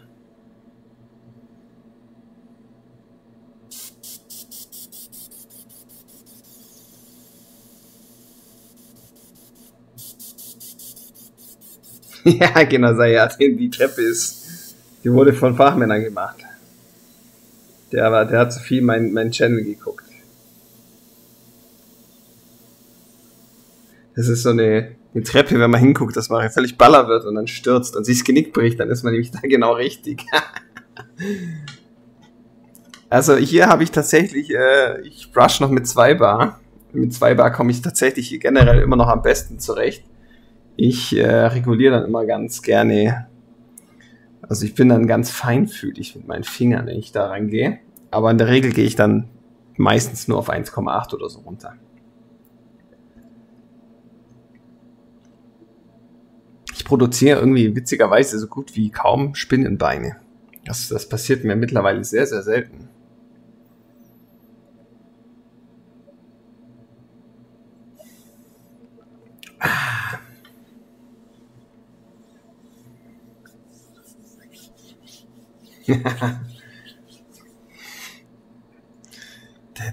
Achso, ich wollte das hier noch ein bisschen runterziehen. Jetzt ist das hier mal so halbwegs fertig.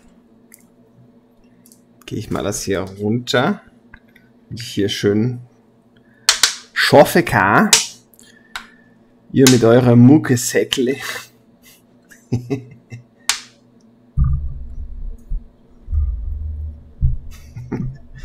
So, dann ist fast alles drauf. Muss ich noch ein bisschen höher gehen.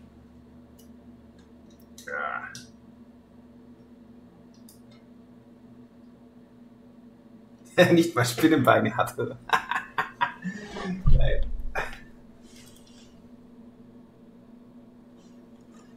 So. Frage, ist das zu hell? Nein. Ich habe jetzt nochmal auf 12 plus gemacht. Damit ich hier im Licht erstrahle mit meinem Bärtchen.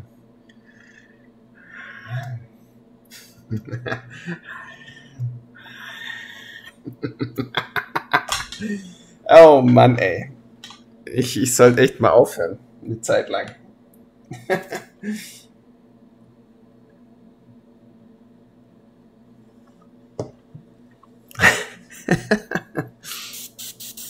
Auch Spinnebeinle. Das wäre geil, wenn ich es gar nicht abmaskiert hätte und die ganze Zeit reinmal.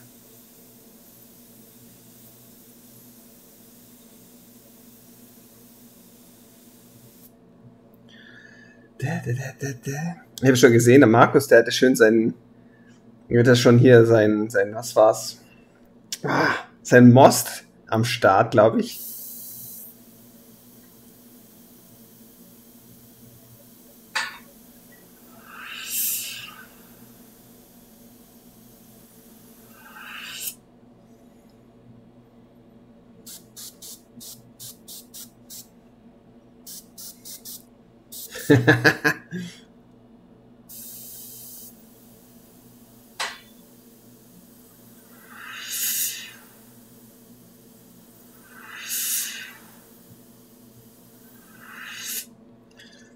Genau, ein Pegel-Airbrush.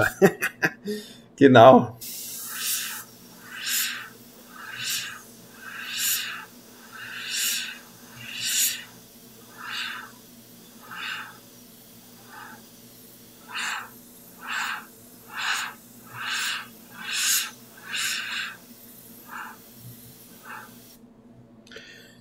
Da.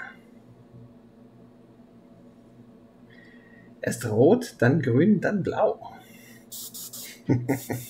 Oder gelb, magenta und Cyan. Und dann hat man auch die Primärfarben. Ist das super. Cyan. Ein bisschen Cyan. Cyan Kali ein bisschen.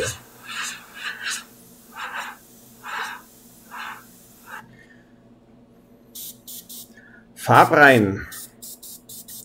Ich bin vorbrein.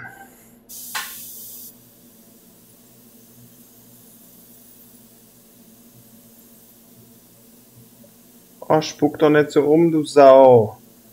Jetzt komm, du Scheißnadel. Wie oft soll ich jetzt noch im Kreis fahren, du?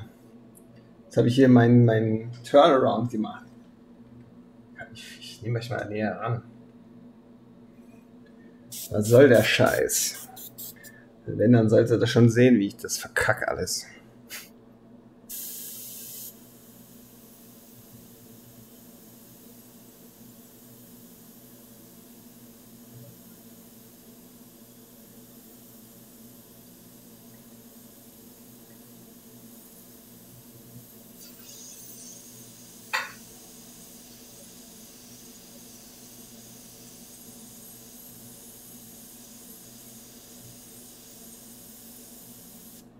Also langsam gewöhne ich mich an das Brushen live.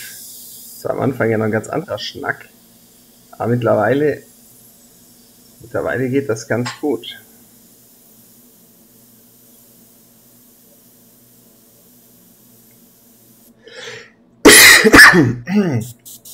Oh, ich hoffe, das wird jetzt bei mir nicht so hart mit der Erkältung.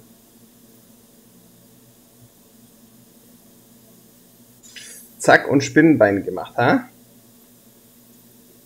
Gerade noch großkotzig rumgesprochen. Und jetzt. Tudum.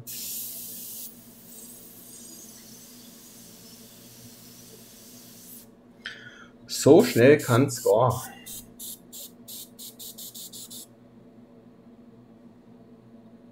Wieder was gelernt. Das hat auch einer zu viel Apfelsaft intus.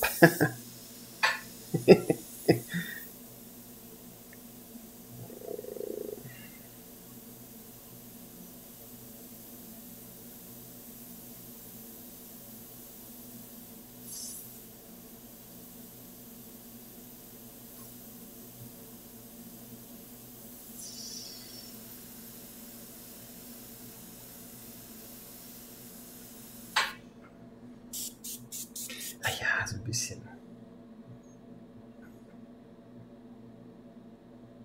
Du nimmst die Tasten, wie sie kommen, das ist gut.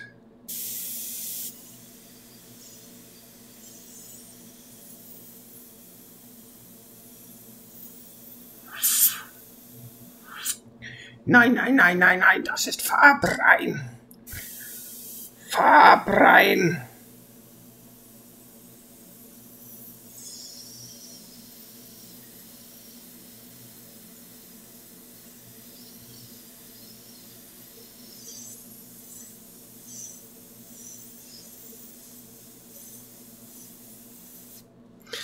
Ah, die funktioniert da nicht so schön, die Gun, weil ich hab sie geschrottet mit Papier. Und die hat dann gesagt, danke du Arsch, jetzt ist sie kaputt. Einfach weggewuppt. So, meine 5 Minuten wieder. Einfach die Ohren zuhalten.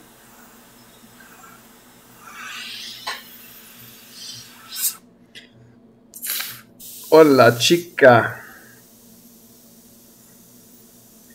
Oder habe wieder Probleme, das ist ja alles nicht so wunderbar. Oder ist ja diese Hitte scheiße und dann ist ja diese blöd.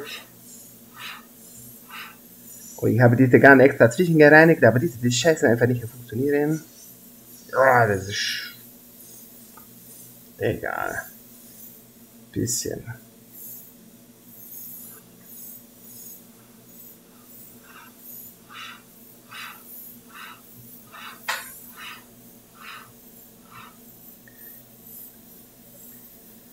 Hola chica.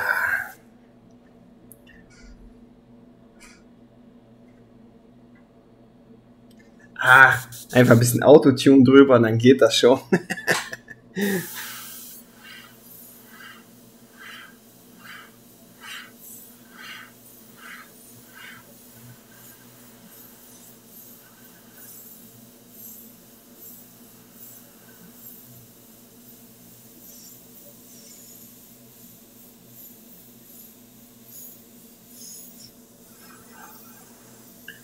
Ein bisschen Autotune. Und keine Sorge, mein Bruder ist schon dran, der macht einen neuen Sound für die Pause und für den Timer am Anfang. Also könnt ihr euch schon mal drauf freuen, da macht er wenigstens was Gescheites. Da muss ich nicht mehr die Fahrstuhlmusik von YouTube benutzen.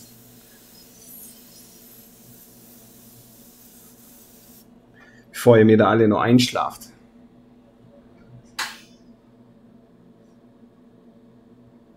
Also eins muss ich sagen, aber eine Gun-Kontrolle hast du wirklich. Vielen lieben Dank.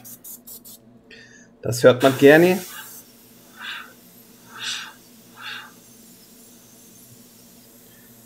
Da habe ich mich auch wirklich lange mit beschäftigt oder viel mit gemacht und habe auch viel geflucht und es hat ganz viel nicht funktioniert. Da muss ich ganz ehrlich sein.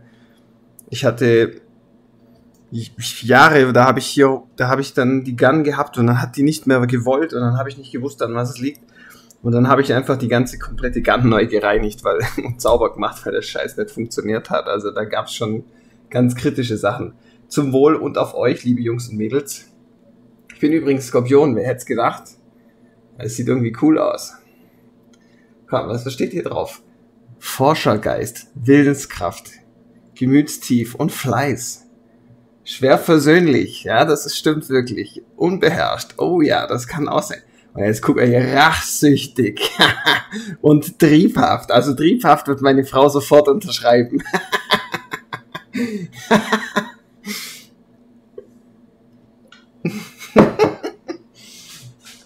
Wie geil. So. Triebhaft. Klasse. Krebs, was seid ihr noch so für Sternzeichen?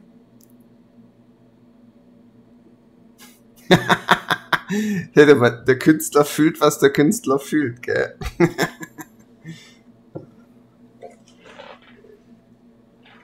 Habe ich übrigens auf der christlichen Privatschule, auf der ich war, haben wir original, die große Cam geht ja nicht, gell? Ja, dann drauf geschissen. Habe ich tatsächlich ja hier auch habe ich auch Kunst für da gab es so ein spezielles so ein spezielles Projektjahr, wo man dann am Ende nochmal sich für ein Ding entscheiden konnte. Es konnte Sport sein, es konnte Musik sein, es konnte alles Mögliche sein. Und da musste man halt irgendwas dazu ausarbeiten, das wurde benotet, dann fließt nochmal in die Note ein. Und ich habe da Kunst genommen natürlich. Und dann habe ich was habe ich da gemacht? Eine Frau, die zur Hälfte im Hintergrund verschwunden war mit dem Horizont. Also der Horizont war blau, dann war noch so eine kaputte Wand und so, also so eine halbe Fassade von so einer Hauswand von innen. Und dann halt so weggebrochen und hinten noch der Hintergrund halt so Wasser und so und das war alles blau. Das ging so alles bis zur Hälfte vom Bild und da war auch die Frau komplett in blau. Das sah eigentlich mega geil aus, so durchsichtig halt. Und die untere Hälfte, die war dann komplett fleischfarben und der habe ich dann noch so ein schönes Bermuda-Dreieck verpasst. Da musste ich dann ein bisschen Haare ins Spiel bringen, was sonst hätte ich das gar nicht zeigen dürfen. Aber das Ding war natürlich mega skandalös. Das hättet ihr euch nicht vorstellen können. Und wie ich das mit purer Absicht gemacht habe. Lauter Bilder aufgehängt und dann so eine mega nackte Frau, wo jeder drauf vorbeigelaufen ist. Ach, klasse. Sowas mache ich dann ganz gerne. Schlage ich zurück mit der Kunst. Liebesdreieck. Kommt ganz drauf an, bei manchen ist es Bermuda-Dreieck, da verschwindet dann einiges.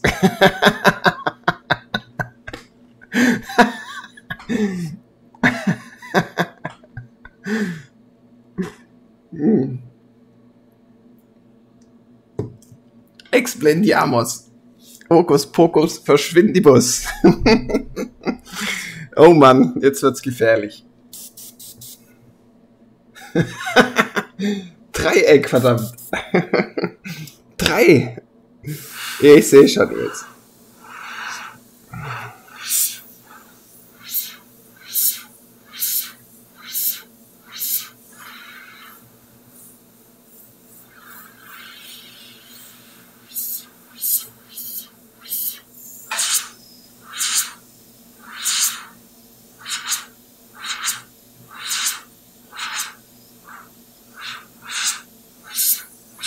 Hier nehme ich tatsächlich nochmal die Silverline, da ist sogar die 04er Düse drin, weil die Infinity ja ein bisschen verbogen ist vorne, mit der kann ich gerade so ganz feine Sachen nicht gescheit durchziehen.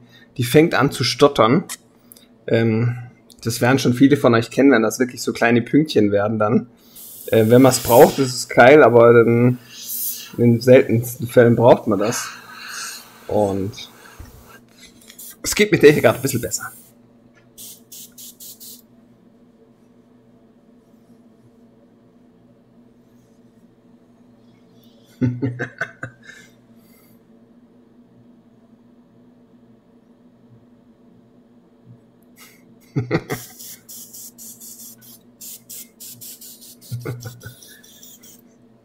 Ja, dafür sind die Moderatoren da. Das ist ein Fulltime-Job. Ich bin dann aber gespannt bei YouTube, wenn dann die Kommentare da reinfliegen. So.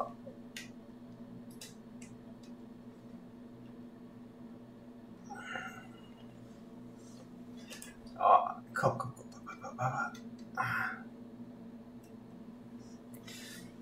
Was ich unten am Kinn schon vorhin gesagt habe beim Abmaskieren, ich habe es ja kurz demaskiert, ich finde diese Kante sieht so hässlich aus. Jetzt an dem ganzen Bild, das sieht nachher so clean und so, das werde ich wahrscheinlich alles noch einmal mit der Gun nachziehen. Das ist was ich gar nicht mag, aber das muss ich mir am Ende angucken, wenn dann die Hälfte runter ist. Ich fand die Fenster ganz cool. Die waren auch noch auf dem Referenzbild, die fand ich ganz lässig. Ich muss doch einmal einen Tick dünkler machen, das ist viel zu hell. Da sieht man die Hälfte nicht.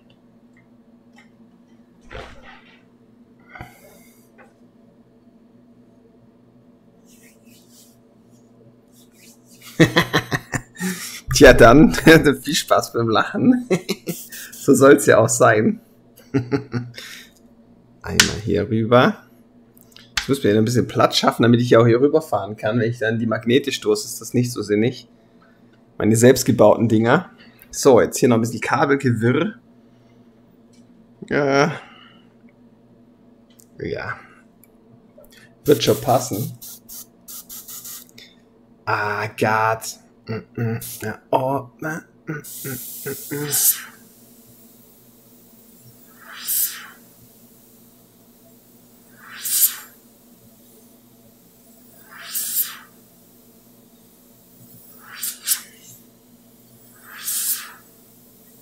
Hier ist wieder so eine ganz blöde Höhe. Ich bin zu niedrig hier beim Sitzen, aber im Stehen bin ich auch viel zu hoch. Also das ist hier gerade wieder völlig beschissen.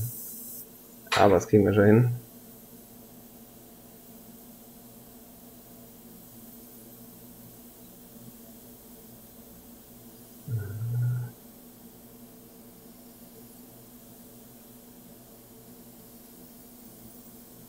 Ja. Zu viel Apfelsaft. Hier sollte ich nicht so viel rummalen. Muss ich nachher voll viel korrigieren. Ey. Ja. Und Spinnenbeine. Ein paar Spinnies. Ein paar Spinner. Du spinnst wohl.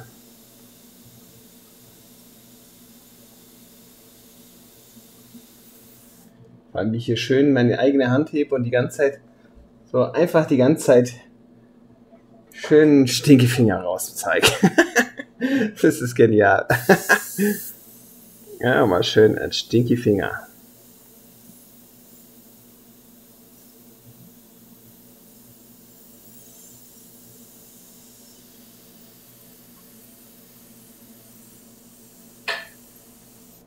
Ich gewöhne mir halt an, so gut wie nie das Bild zu berühren.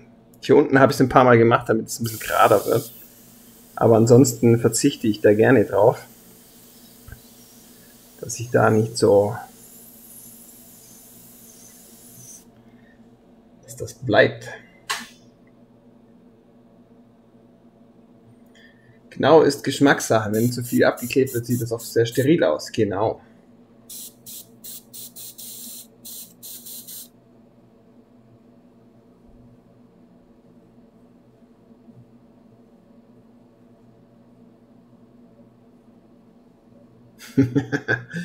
Ja, aber das Geschmackssache, hast du vollkommen recht. Manchmal passt auch ganz gut. Ich habe auch ein paar Bilder, wo ich das auch gemacht habe. Vor allem beim Kratos habe ich die Glatze einmal abmaskiert. Das stimmt schon. Das kann schon auch gut aussehen. Also das ist gar keine Frage. Bloß speziell hier in dem Bild sieht es, glaube ich, nicht so geil aus. Das, was ich vorhin gesehen habe. Aber da war ich ja auch noch Da muss man fairerweise sagen, habe ich hier noch unten mit dem Anthrazit ausprobiert. Vielleicht war da der Kontrast noch zu hoch, dass man das dann zu sehr gesehen hat. Vielleicht passt es jetzt nachher doch. Dann lassen wir es einfach. Ist ja wurscht.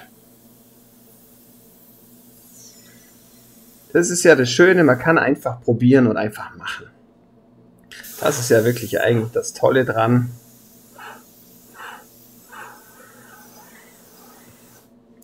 Das liebe ich so am Brushen. Man kann eigentlich so viel machen. Man hat so viele Möglichkeiten. Aber was mir gut gefällt, ist das helle Grau benutzen bei Weiß, um einmal das vorzuskizzieren für mich. Das werde ich wahrscheinlich in Zukunft vielleicht jetzt immer so machen.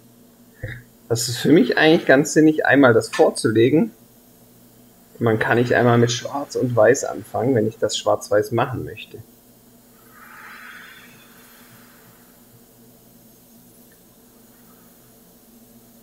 Das habe ich vorhin gesagt mit den Spinnbeinen. Jetzt nehme ich hier die 04er Düse. Die ist ein bisschen hardcore. Dann kriege ich jetzt doch ein paar Spinnenbeine hin. Vielleicht wechsle ich hier doch lieber zur Infinity. Kurz mal, weil hier muss ich nicht so viele Details machen, eher die Striche. Die Striche, euer Landstreicher. Ihr habt immer gesagt zu meinen Eltern, wenn ich nichts wert, werde ich Landstreicher.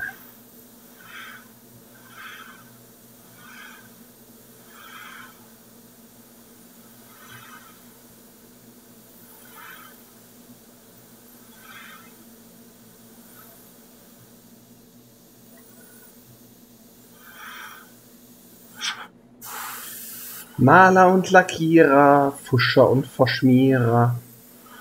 Da.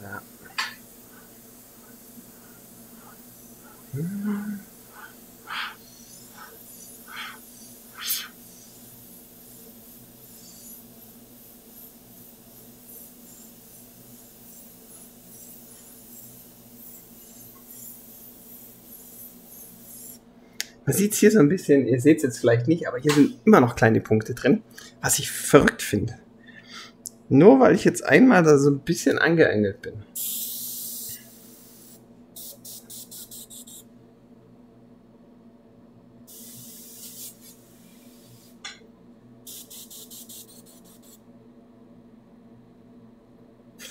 Genau, an so Bögen hocken oft die Spinnen, das passt gut, das finde ich auch.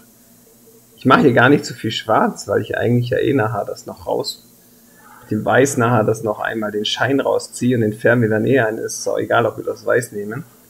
Soll dann einmal auch ein bisschen knackiger sein. So, Farbe nochmal kurz verdünnt. Vielleicht können wir nochmal ein bisschen was machen. Um die kleinen Beinchen, kleines Stottern ein bisschen abzustellen. Geht.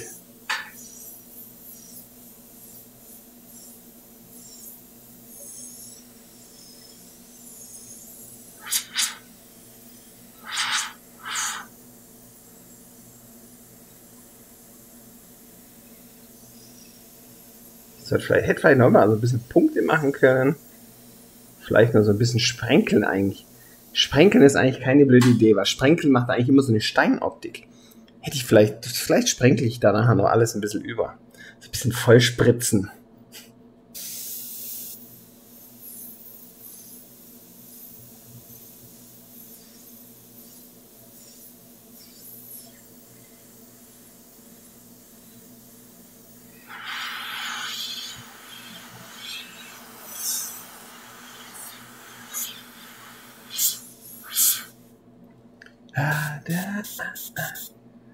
Morph Pipe. Servus. Schön, dich zu sehen. Das habe ich ja auch noch hier oben. Das muss ich auch noch, das ist das helle Grau, das muss ich auch noch übermalen hier. Schwarz.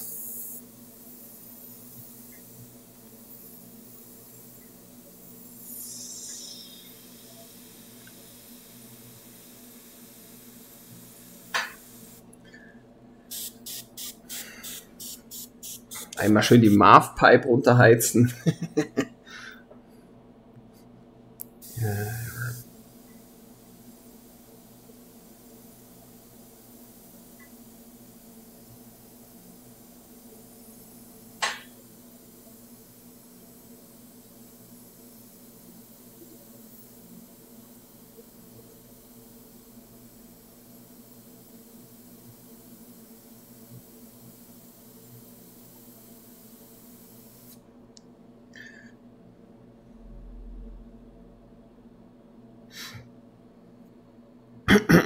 Sorry, ich bin noch ein bisschen verkühlt jetzt. Hier kommt mir die ganze Zeit der Rotz hoch. Meine Kids sind ja hier gerade alle wieder krank. Mal wieder was Neues, gell? Welche Nadelgröße arbeitest du? Kannst du einem Anfänger was empfehlen? Ja, als Anfänger eine 0,2er, eine 0,35er oder 0,4er.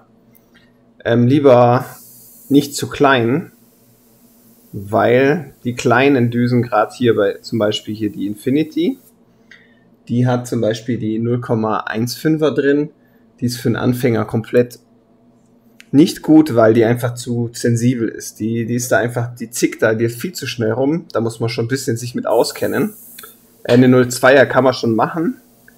Aber ich habe gemerkt, so für den Anfang sind eigentlich so 0,35 oder vielleicht sogar eine 0,4er erstmal besser. Da habt ihr eine viel größere Range of Motion, die ihr nutzen könnt für die ganzen Geschichten. Könnt auch mal größere Flächenverläufe machen, könnt das vielleicht ein bisschen besser dosieren. Bei den feineren Düsen ist halt auch immer, da stopft es schneller, das ist immer ein bisschen kritisch, also lieber ein bisschen größer am Anfang.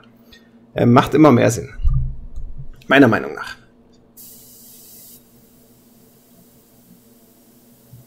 Ich weiß nicht, wie die anderen das im Chat sehen, das könnt ihr ja gerne mal schreiben.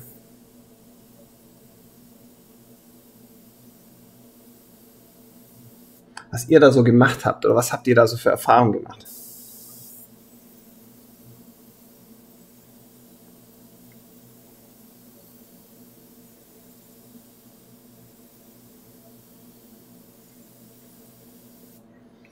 Am Anfang ist größer doch immer besser, oder? Ja, das ist jetzt hier einfach ein bisschen immer Käse mit den... Meine Kleine war jetzt 3 Wochen im Kindergarten, endlich alle daheim gesund, alles hat gut gepasst. Ich habe mich schon gefreut und meine Frau hat dann gesagt, boah, endlich mal nicht krank und so. Hat gesagt, verschrei's bloß nicht. Und ich glaube, einen Tag später war die mit 40 Fieber in der Nacht da gelegen.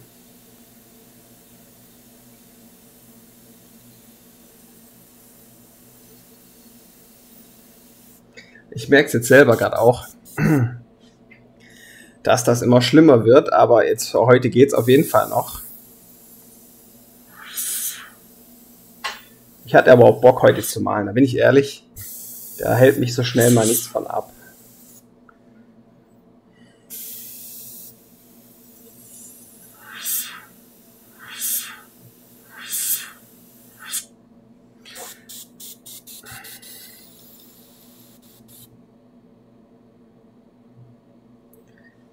Ich arbeite mit 0,2 und 0,4 bin ich nicht klargekommen. Schon mal nicht schlecht, da siehst du schon mal ein bisschen hier.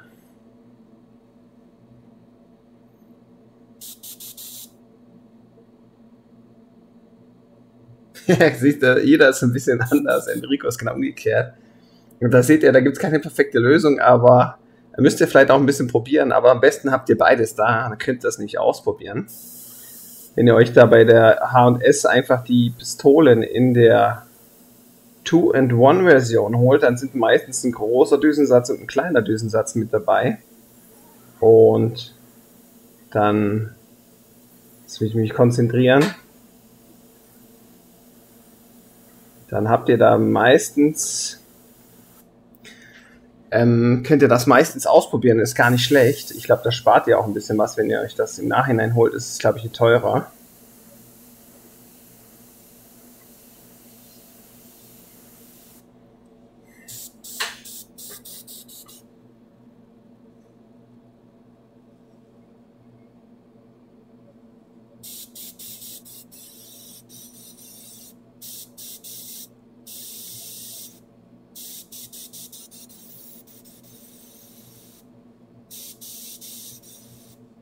Sehr gut.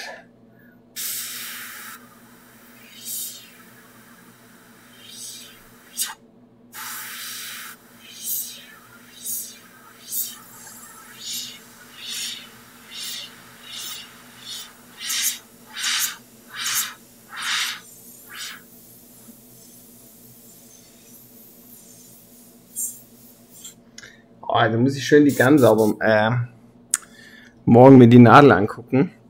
Ihr seht jetzt hier wieder sehr viele feine kleine Pünktchen. Das ist nicht schön, da ist halt jetzt die Nadel von mir geschrottet worden. Da gab es wie bei Predator Kontakt! Sag ich mal, wegrasiert.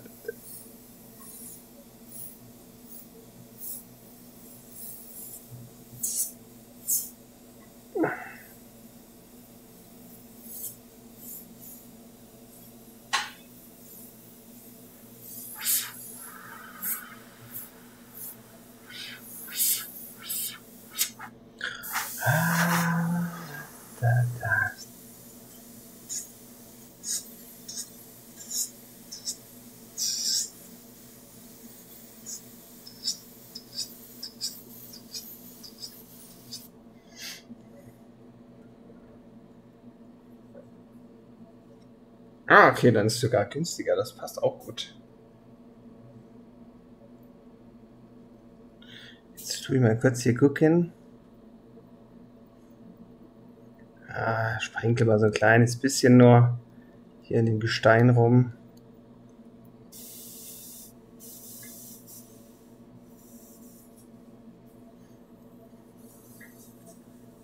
Hier so ein bisschen.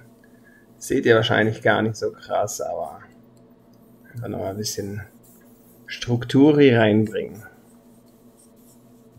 Solange der Kollege noch abmaskiert ist, können wir das nämlich machen. Dann ist das nämlich viel, viel besser.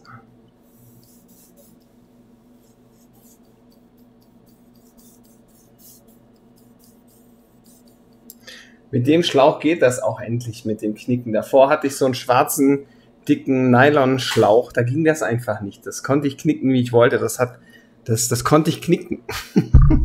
Das hat nicht funktioniert. Das war der volle Bullshit, ey. So, jetzt machen wir schnell die Fläche hier oben. Babam.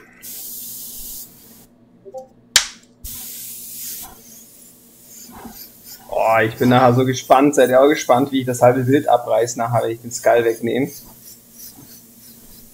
Oh, ein bisschen zu viel aufgeladen. Mal kurz ein bisschen Luft geben. Kurz trocknen lassen, damit das nicht kaputt geht.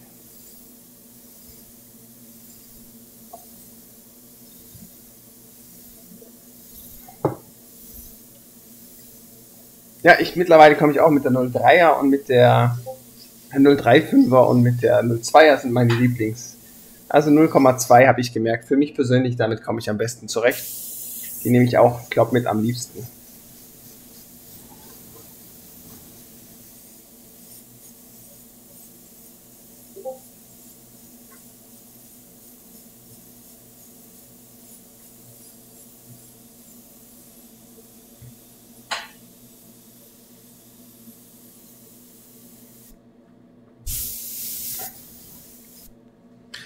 Perfekt.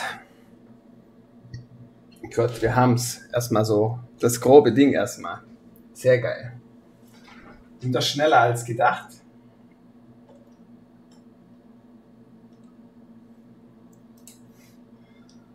Oh, ich bräuchte noch so einen Trommelwirbel, ey. Ja, bevor wir das machen, gehe ich jetzt erstmal schnell zu pissen. Und ich muss mich, glaube ich, seelisch darauf vorbereiten, dass das jetzt gleich kein gutes Ende nimmt. Ja, lassen wir das mal noch kurz hier drauf. Ja, mach kurz eine Pause und dann machen wir das gemeinsam. Da brauche ich eure mentale Unterstützung.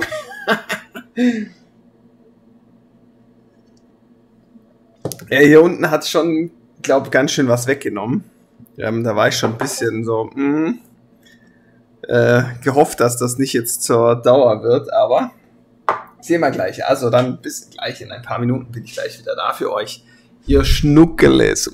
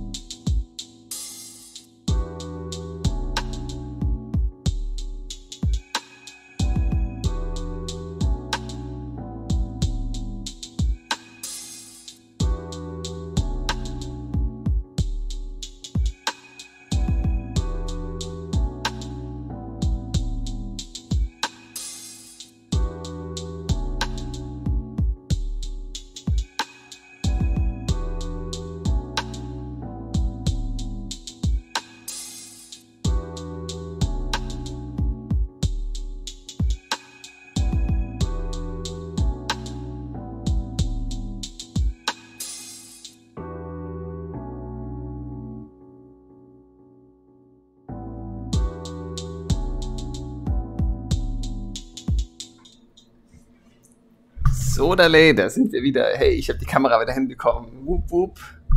Hoffentlich hält der Schissel eine Weile. Vielleicht auch nicht. Erstmal ein Bröstchen, Stößchen ins...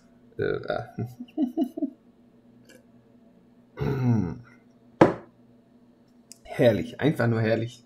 Heute wieder gar keinen Bock gehabt, mir die Haare zu machen. Sehe schon wieder aus wie hingehackt und hingeschissen. Ja, richtig. Ey, ich kann hier bald einen auf Ragnar machen, oder? Da brauche ich noch so einen längeren Bart. So ein bisschen hier reinrasieren, alles tätowieren am besten noch. Hier so ein bisschen... Geiler Scheiß. So, jetzt Mütze wieder auf. Ich das hier... ich hier fail, ey. Es ist so geil. So, mein Verhüterli wieder auf. Ich fühle mich wieder wohl. Passt. Ragnar Tattoos. Okay, ja. Jetzt gucken wir mal. Aber was sagt ihr noch, ihr Lieben? Wo haben wir es denn hier? Nummer 3. Es ist die Nummer 3 und wir sind jetzt dabei. Wir wollen das natürlich abziehen. Das Ganze hier ein bisschen. Oh, ich habe ein bisschen Schiss, ey. Ein bisschen habe ich Schiss. Aber es klebt auch noch so verschissen, dass ich mit dem Skalpell jetzt irgendwas mal anlupfen muss. Und da habe ich schon unten die Hälfte selber verkratzt, was ganz geil ist. Oder vielleicht komme ich von der Seite daran. Ja, das wird jetzt Trommelwirbel. Oh, eigentlich macht Folie abziehen richtig viel Spaß. Vor allem, wenn es was Neues ist. Macht Folie abrupfen immer Laune. Aber hier... Oh, da weiß ich nicht. Komm. Oh, ich kann das auch irgendwie so gar nicht halten. Oh, das ganze Papier sich so durchbiegt, ey. Oh. Aber bis jetzt hält er mal. Ihr seht noch nicht viel, aber ich kann es nicht also machen, so. Oh, bis jetzt ist nichts. Noch nichts. Das ist schon mal sehr geil.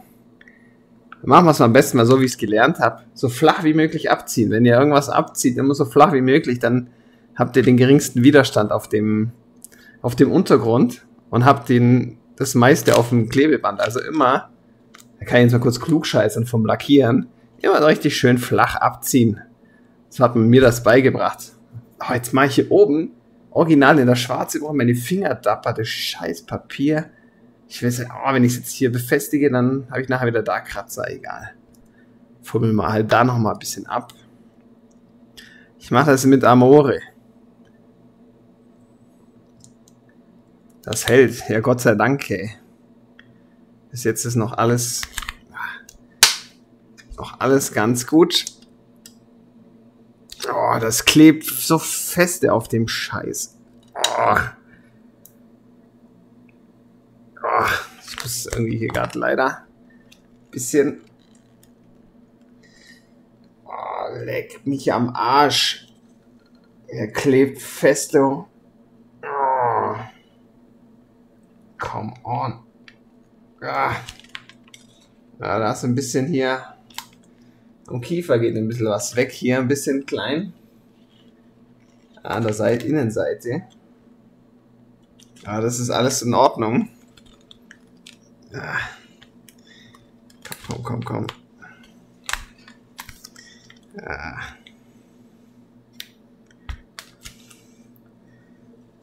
Ach komm, du Scheiße.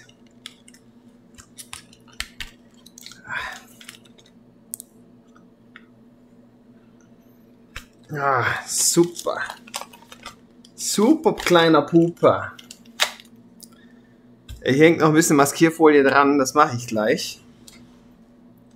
Aber das kommt irgendwie schon geil jetzt mit der Farbe vom Skull.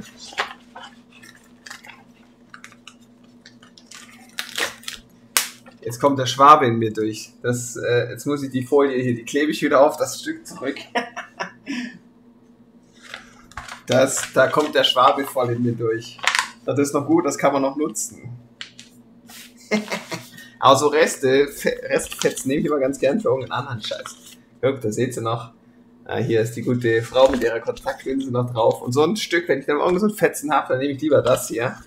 klebt dann schon mal nicht mehr ganz so stark, dann ist das viel besser. Ich wollte eigentlich hier Reste draufkleben. Und dann habe ich ja hier ein Teststück draufgeklebt, um zu gucken, ob das abreißt oder nicht. Und da war ein bisschen Farbe dran, auch von der Unterseite, da wo es geklebt hat. Das hat es mir wirklich auf das Papier gepresst. Da war ich kurz so, Bullshit, muss ich ein ganz frisches nehmen. So, aber jetzt gucke ich mir was ab. Das habe ich bei einem online gesehen, der da ein bisschen versucht, das hier zu verhindern, dass das jetzt nachher Macken gibt. Brauche ich kurz ein Stück Zewa. Da hole ich mir kurz was.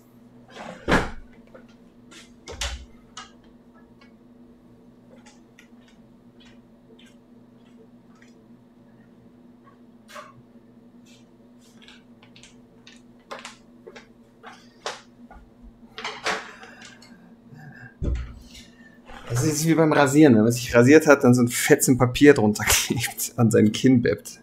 Das machen wir jetzt einfach hier. Das soll anscheinend verhindern, dass der Magnet das jetzt nachher stark dass das nachher irgendwie kaputt geht. Wobei beim Schwarzen ist es jetzt eh nicht so wild. Hey, wir haben einen neuen hier. Wunderbar. Ich konnte jetzt leider den Namen nicht lesen, weil das so klein ist. Aber sehr gut. Ein neuer Follower. So. Hier unten muss ich noch ein bisschen die Maskierfolie abpopeln. Ja, was haben wir jetzt hier? Das Ding, ich habe ja gesagt, ein bisschen ist es ausgerissen. Und zwar, ich kann es euch nachher noch im Näheren zeigen, aber das ist hier ein bisschen im Kiefer, sind ein paar weiße Stellen. Und hier unten, eigentlich da, wo ich rumgefummelt habe, viel. Gleich am Anfang, da ist es am schlimmsten. Ich dachte, das wird wahrscheinlich überall so sein. Da habe ich echt nochmal Schwein gehabt. Da habe ich wirklich nochmal Schwein gehabt. Diese Rüssel immer noch. Na.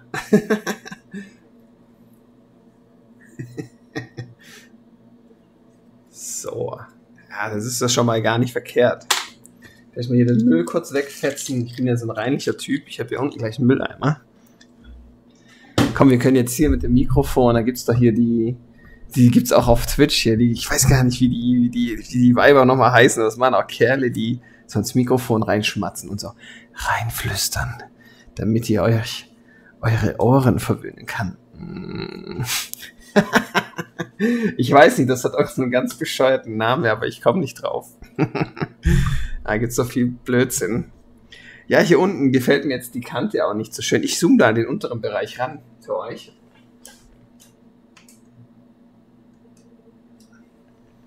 Wenn man da was erkennt, und zwar haben wir jetzt hier einfach ein paar helle Stellen. Hier habe ich auch unsauber geschnitten. Das sieht sehr kantig aus. Hier am Zahn zum Beispiel habe ich auch nicht gut geschnitten. Das sieht auch sehr kantig aus. Und die Partie hier unten gefällt mir eigentlich jetzt hier gar nicht, weil das einfach zu sauber ist. Auch hier drinnen finde ich es grenzwertig. Aber hier seht ihr, das hier zum Beispiel rausgerissen, da unten ein bisschen raus, ein bisschen hier. Ich habe beim Abmaskieren nur das untere Stück hier abmaskiert und habe eben schon nur den Bereich gesehen und mir gedacht, ja toll, wenn das so losgeht, dann gute Nacht um 6. Aber ich bin gerade froh, dass das sich echt in Grenzen hält. Ich guck mal, wie ich das hier unten noch ein bisschen reparieren kann mit Schwarz.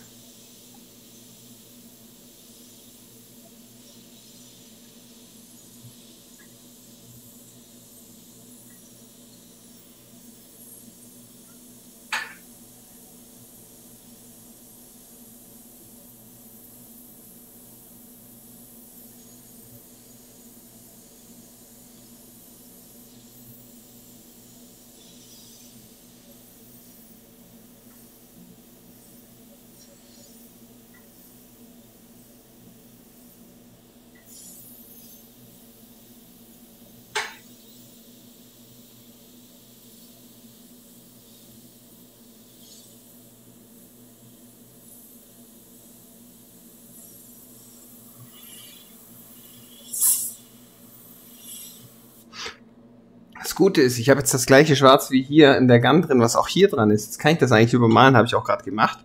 Jetzt gefällt es mir schon viel, viel besser. Vielen Dank. Danke. Ja, aber ich bin da leider, Markus, sehr selbstkritisch. Das war ich schon immer. Auch wenn ich das nicht so genau angucke, aber viele Sachen, die mich dann wirklich stören, die korrigiere ich dann tatsächlich auch. Aber ich halte mich da jetzt auch nicht Stunden mit auf oder so, aber es gibt schon so Sachen, wo ich dann wirklich lange dran bin und mache. Hier drinnen habe ich unsauber geschnitten, da sieht man eine weiße Linie einfach ringsrum. Das ist nicht so schön. Die mache ich auf jeden Fall neu. Da fahre ich jetzt nochmal drüber. Und der hintere Kopf, so der Gaumen, der war eigentlich von mir mit so einem Unschärfe-Effekt angelegt. Den versuche ich jetzt nochmal ein bisschen einzuarbeiten, damit das hier nochmal so ein bisschen gebrochen wird. Mit Absicht nochmal ein bisschen mit höherem Sprühabstand hier das Ganze einfach nochmal eingenebelt. Aber ihr seht das gar nicht, weil ich euch ja so nah dran habe.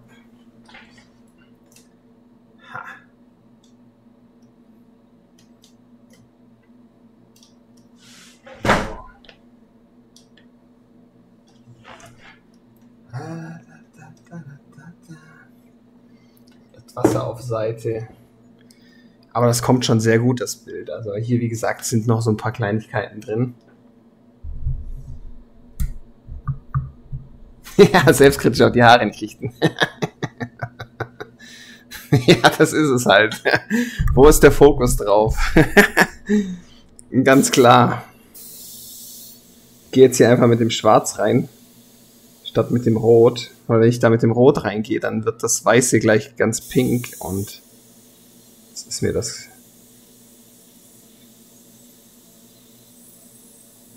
Ihr seht das jetzt nicht so, aber ich sehe das, wo es halt ein bisschen mich die weißen Flecken angucken, wo es rausgebrochen ist. Ist jetzt auch wirklich, hält sich in Grenzen, ist wirklich vertretbar. Bin ich auch gerade wirklich froh drüber.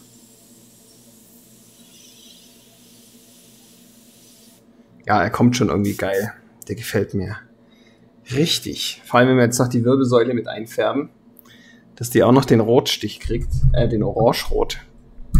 Und wir dann noch den Rest machen. Ich fahre jetzt ein bisschen zurück, weil jetzt mache ich wieder am ganzen Bild rum. Und da springe ich ziemlich viel hin und her. Damit ihr auch genug seht.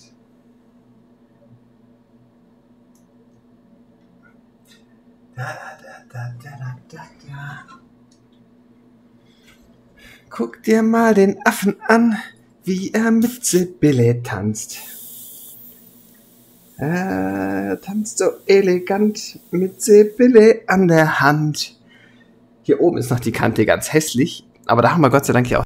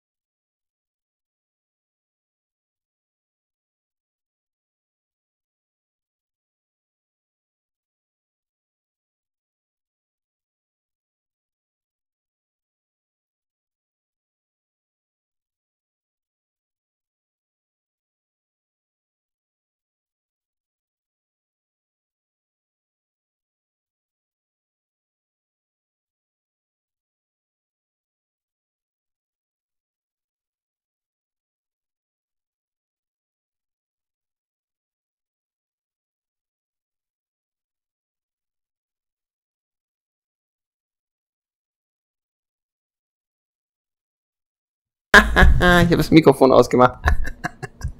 Warte mal, ist die Scheiße nicht funktioniert. Ich zeig da schön die ganze Sachen. Oh, das funktioniert. Hier oben ist das sehr empfindlich. Schaut euch das mal an, das mit Touch. Das Mikrofon ist aus an. Und das Ding ist super geil, hat 300 € gekostet. Das Mikrofon ist aber wirklich sexy. Habt ihr jetzt natürlich gar nicht mitbekommen, was ich geredet habe, aber ist vielleicht auch besser so. Nein. Ach, cool.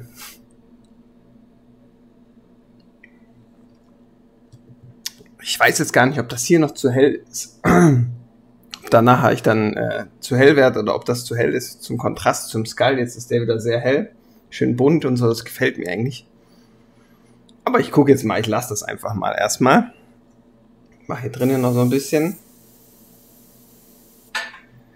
Ja, dafür, dass ich das hier komplett improvisiert habe und hingesketcht, finde ich es irgendwie ganz cool. Ja, die letzte Stunde.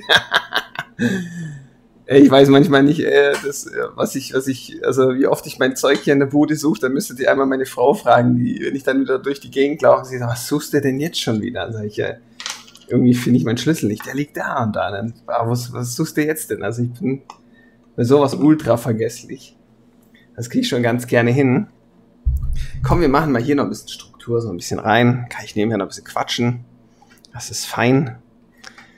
Ich habe aber gemerkt, dass es tatsächlich besser kratzen radieren lässt, wenn es einen Tag getrocknet ist. Zumindest mal hier bei der Schminkefarbe, weil ich benutze gerade die Schminkefarbe wieder. Und nicht die Airbrush Color for You wie das letzte Mal, weil die fand ich zum Radieren ein bisschen besser, die Schminke. Und da habe ich schon festgestellt, wenn die so einen Tag durchgetrocknet ist, dann ist das nochmal ein bisschen irgendwie präziser. Ich weiß nicht, ob das stimmt oder nicht, aber irgendwie hat das ganz gut funktioniert.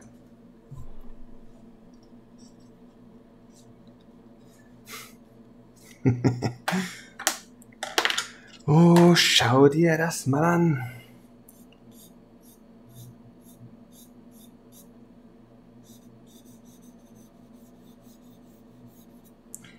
Hier nochmal so ein bisschen jetzt, vielleicht doch noch ein bisschen.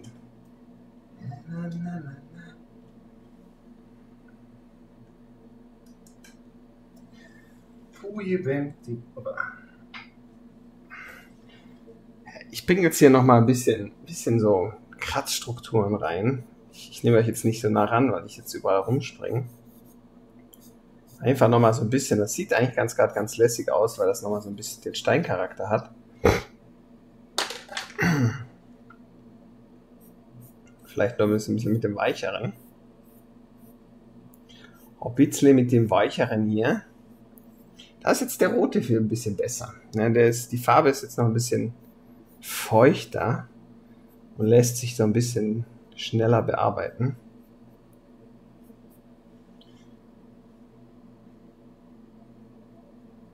Das stimmt, ich radiere immer erst einen Tag später, ja?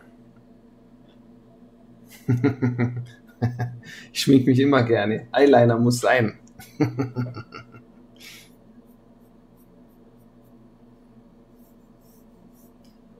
Das ist doch wichtig, Eyeliner.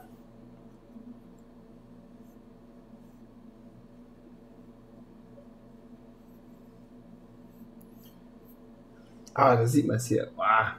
Ganz schlimm.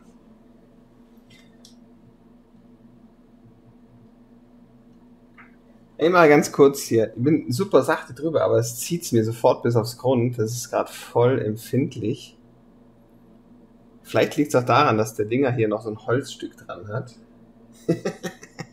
Ich muss mir mal kurz spitzen. Da kratze ich mir hier alles. Ich bin voll der Aufkreißer.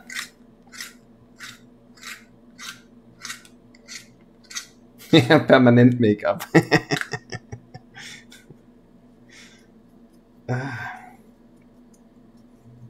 Ach, die Schminkefarben gefallen mir auch immer noch gut. Die kann ich nochmal so ein bisschen, die finde ich aber auch gar nicht schlecht.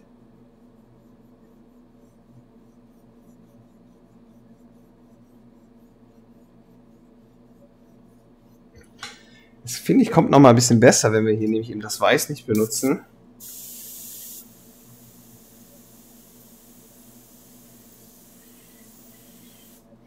Scheiße, musste ich jetzt gerade noch mal ein Stück runternehmen. Ja, weiß ich nicht, ob das... Dann weiß ich gar nicht, ob das heute noch so viel Sinn macht, hier weiterzumachen, wenn das jetzt so krass empfindlich ist. Ob ich doch lieber noch einen Tag auf morgen warte.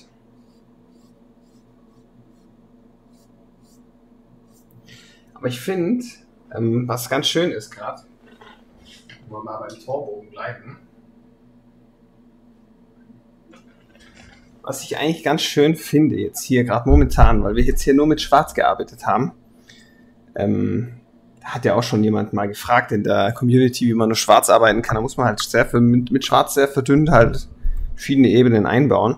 Was mir hier gerade schön gefällt, ist, dass ich mit diesem weichen Stift, mit dem Radierstift jetzt hier gerade richtig also keine Struktur reinmache, sondern einfach nochmal einen Farbverlauf ein bisschen reinbringe, indem ich so minimal das wegnehme. Das gefällt mir jetzt ehrlich gesagt ganz gut. Das ist jetzt hier, muss ich das Weiß nicht nehmen, das sieht komisch aus, aber ich kann hiermit trotzdem nochmal so ein bisschen in das leicht reingenebelte von vorne nochmal ein bisschen was machen. Aber das gefällt mir. Das gibt dem Ganzen nochmal so einen schöneren Touch und das kann man jetzt noch schön ausarbeiten.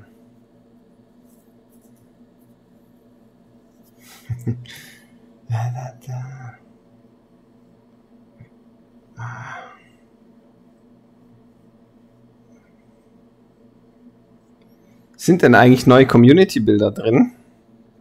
Im Live? Kann man da was angucken? Was Neues? Oder habt ihr noch nichts Neues reingepackt? Jetzt würde ich da jetzt auch mal gerade noch drauf gucken. Jetzt haben wir ja die Zeit.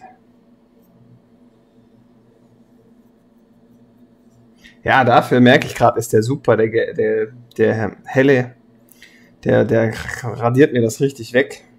Aber der hier ist gerade für so feine Sachen, da kann ich jetzt den Torbogen echt nochmal schön eine Räumlichkeit geben und den nochmal ein bisschen runder machen. Das gefällt mir gerade, muss ich sagen, gut.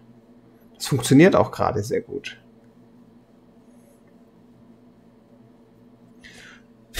Also wenn ich solche Geschichten weiterhin voll Freihand machen kann und das auch Freihand vorlegen kann, habe ich auch gar kein Problem, nachher dann mit so einem Stift dann hier nochmal ein bisschen was rauszuziehen. Dann finde ich es eigentlich ganz geil.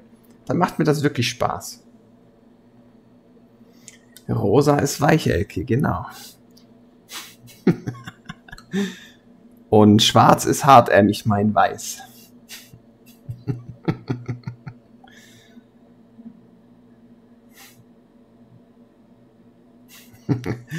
Die Elke, die nur schweinische Sachen im Kopf. Ich will keinem was unterstellen.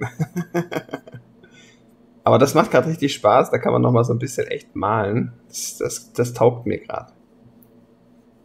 Da kann man jetzt auch mit viel Gefühl noch ein bisschen was machen.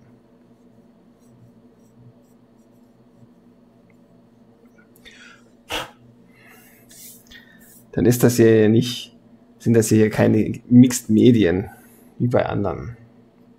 Ist das hier nochmal schön gemacht. Ich kann zum Beispiel hier den Pfosten hier, da ist jetzt hier relativ dunkel, aber ich kann den Part jetzt echt aufhellen und dann wird der schwarze Strich einfach nochmal ein bisschen klarer. Und dann sieht das gleich viel, viel besser aus. Das kann ich hier gerade sehr schön steuern. Das macht mir gerade richtig viel Freude, wenn ich ehrlich bin. Dass ich jetzt hier nochmal ein bisschen was machen kann. Auf der anderen Seite möchte ich natürlich auch nochmal so ein bisschen hier so Kratzer reinmachen. Überall so ein paar kaputte Stellen, damit das einfach nochmal ein bisschen authentischer aussieht. Und das Coole ist ja, was mir gerade noch viel mehr Spaß an dem Ganzen macht, ist, dass das halt nicht kein Referenzbild gibt, sondern ich da einfach ein bisschen rumpimmel, wie ich das mag.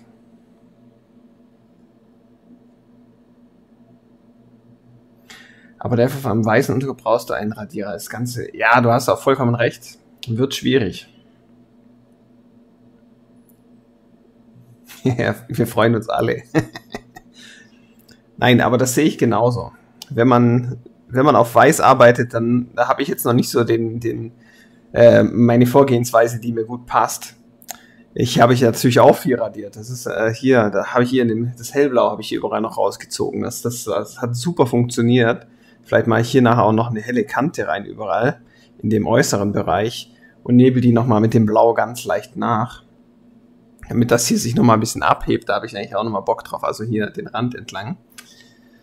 Aber da wird man wahrscheinlich nicht drum rumkommen. Ich habe bis jetzt noch keine Lösung gefunden, die mich da hundertprozentig glücklich macht, aber so die Art und Weise jetzt, da werde ich langsam warm mit, auf den weißen Hintergründen. Ihr wisst, bei Schwarz wäre das für mich gar kein Thema, wenn ich da so arbeite, wie sonst halt auch immer, dann funktioniert das. Dann ist das zwar nicht farbenrein und so, aber das ist mir eigentlich auch wurscht. Wie gesagt, da gibt's ja 1000 Möglichkeiten, 1000 Arten, das zu machen. Hoppala. Und das ist ja eigentlich schon irgendwie das Schöne dran.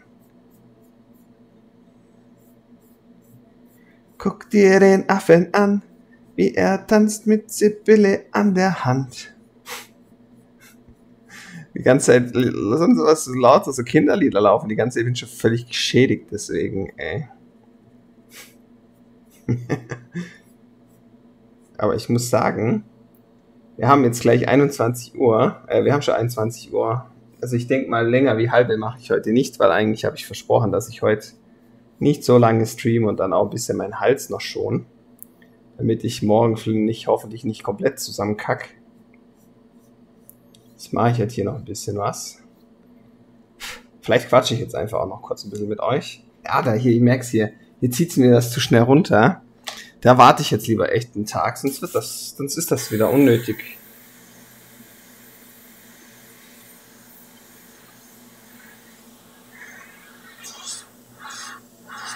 Jetzt ist das nur unnötig doof. Hier noch ein bisschen Farbverlauf. Was wir noch machen, das machen wir jetzt einfach noch fix, ist noch einmal schnell hier mit dem Orange den Hals machen, damit das einfach für mich in meinem Hirn fertig ist. So, halb fertig. So, was nehmen wir hier? Das Schwarz aus der raus, genau.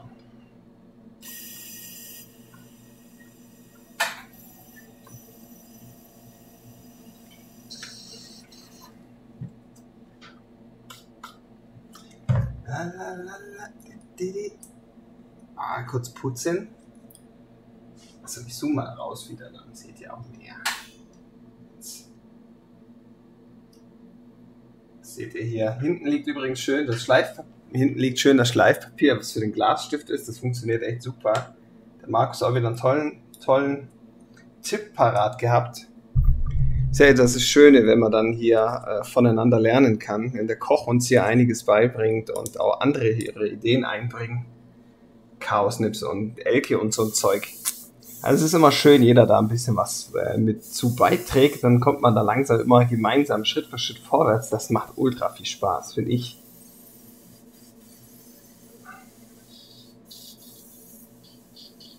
Hanoi. So, jetzt muss ich überlegen, was ich für Farben genommen habe. Aber ich weiß es jetzt. Eumal Honey, das Candy Gelb genommen. Das gefällt die Farben, also die transparenten Candy-Töne gefallen mir sehr, sehr gut bei der Schminke.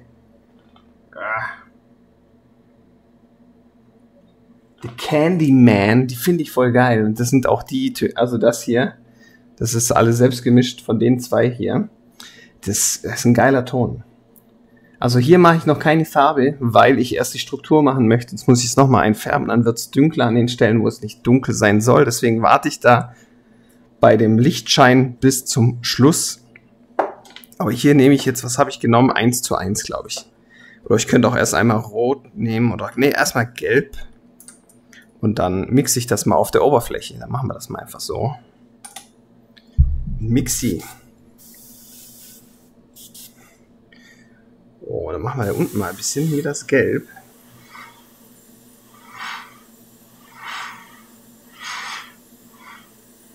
Plötzlich schwarz, natürlich ein bisschen bläulich, aber was soll's. Nicht so wild.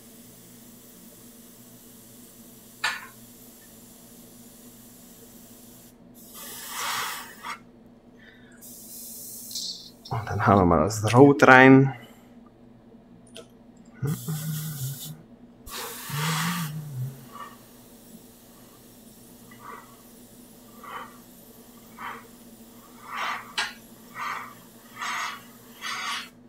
Das gefällt mir halt mega, wenn man halt auf der Oberfläche noch die Farben mischen kann. Das hat mir schon immer gefallen bei den transparenten Tönen. Das macht mir ultra viel Spaß. Jetzt habe ich da einfach einen Farbverlauf angelegt. Einfach nur gelb einmal vorgelegt hier. Von der einen Seite, jetzt komme ich von hinten schön mit Rot. Und,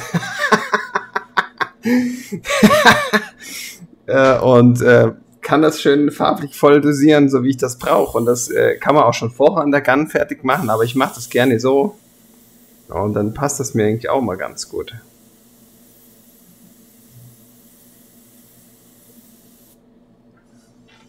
Jetzt passt das nämlich hier wieder farblich zu unserem Rest vom Bild und dann sieht das schon sehr cool aus.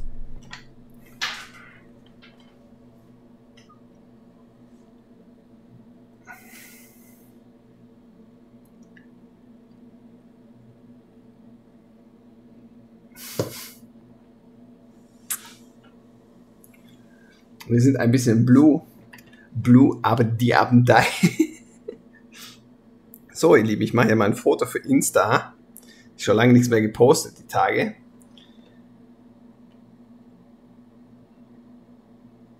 Ich muss auch ganz ehrlich sagen, gestern der Freddy, der hat mir ab der Hälfte keinen Bock mehr gemacht. Der war voll beschissen, wenn ich ehrlich bin.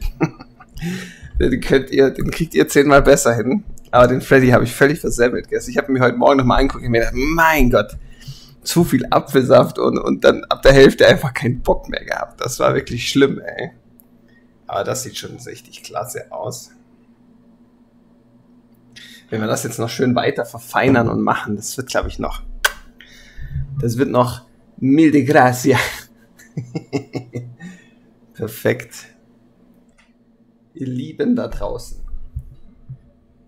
Sind wir nicht alle ein bisschen blau? Blau wie die Nacht.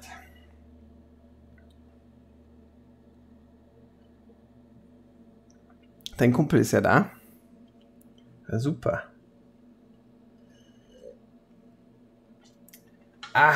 Ich lasse euch immer gerne hier mitlaufen. Den Chat finde ich irgendwie cool. Auch an den Videos. Viele machen das nicht. Keine Ahnung warum. Wahrscheinlich, weil die Leute böse Wörter reinschreiben. Keine bösen Wörter, Kevin. Ach, der Nightbot. Ja, den muss ich... Was habe ich gesagt? Ich muss den Nightbot nachschauen. Und ach so, dieses... dass wenn man 5 Smileys macht, dass der eigentlich gleich hier wieder ermahnt und ins Timeout schickt. Das muss ich mir auch noch deaktivieren. Oder erhöhen, sagen wir es mal so. Aber da habe ich nämlich noch gar nicht mit erkundigt. Also OBS muss ich noch upgraden, updaten und dann Nightbot muss ich mich noch drum kümmern. Das steht noch auf die Agenda für die nächsten Streams. Damit das passt. Aber eigentlich habe ich den relativ hoch eingestellt. Ich weiß gar nicht, der wird doch relativ oft getriggert.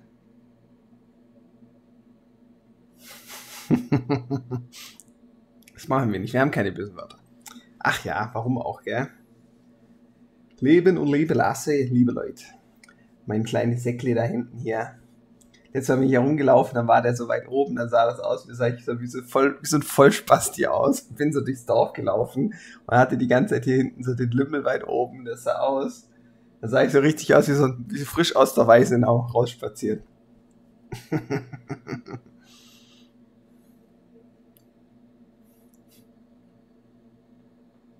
Der Anfang, wer ist das denn? Sehr geil. Ja, mir macht das so Spaß mit euch. Ich hoffe, dass ich das in Zukunft dann auch noch häufig genug machen kann, wenn es dann mal wieder jobtechnisch richtig loskackt. Hoffe ich mal, dass ich das noch gut unter einen Hut bringe. Und da ist dann auf jeden Fall mein Ziel, dann mal einmal die Woche noch einen Livestream hinzubekommen.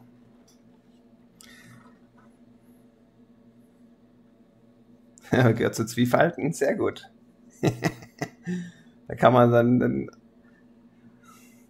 ZFP. Sagt mir gar nichts. Aber ich bin bei ganz vielen Dingen einfach sehr unwissend und ich interessiere mich, wenn ich mich für Sachen nicht interessiere, dann habe ich da auch wirklich Wissenslücken, Wissensunendliche. Aber bei so Sachen, die mich interessieren, da kann ich mich reinzecken. Wie so eine Zecke. Ich vergesse mal da reinzugucken. Der Chat mich hier. Aber ich bin zufrieden mit dem Bild heute. Heute haben wir was geschafft. Wir haben ein bisschen was hingekriegt. Dann kann ich die Tage mal gucken. Oder stream vielleicht morgen mal in der Früh, wenn ich Bock habe oder so. Und dann, wenn es nur ums Radieren geht, dann muss ich die ganzen nicht dreckig machen. Dann erstmal hier das Ganze ausarbeiten und so. Das wird schon richtig nice, glaube ich. Ja, ich glaube, wenn ich jetzt bald so langsam weitermache, dann weisen die mich irgendwann auch noch ein, weil die denken, ich bin ja da voll, hab ja einen Vollschaden. Also manchmal könnte man schon meinen. Manchmal habe ich schon Sein an der Klatsche. Aber mei, so ist das halt. Ja, ich bin zufrieden, mir gefällt der. Mir gefällt auch Schädel und die Krypta. Das ist schon irgendwie nice. Das wird also für so ein komplett mal kurz probieren und improvisieren und rumgefummelt ist das wieder. Ja, das ist wieder, da greift wieder das Motto. Dass man keine Ahnung hat, was man tut, aber am Ende doch was Schönes bei rumkommt und so sieht's bei mir aus. Ganz oft auch nicht. Sie, den Freddy. Wo habe ich den eigentlich? Ja, egal. Ach ja, so ihr Lieben, jetzt haben wir halbe und ich würde mal sagen, ich verabschiede mich jetzt. Räume hier noch auf, putz und mach noch ein bisschen. Schau mal, ob ihr noch im Discord drinnen seid oder nicht. Wahrscheinlich schon. Und dann verabschiede ich mich aber für den Livestream erstmal hier und dann sehen wir uns sicher die Tage nochmal.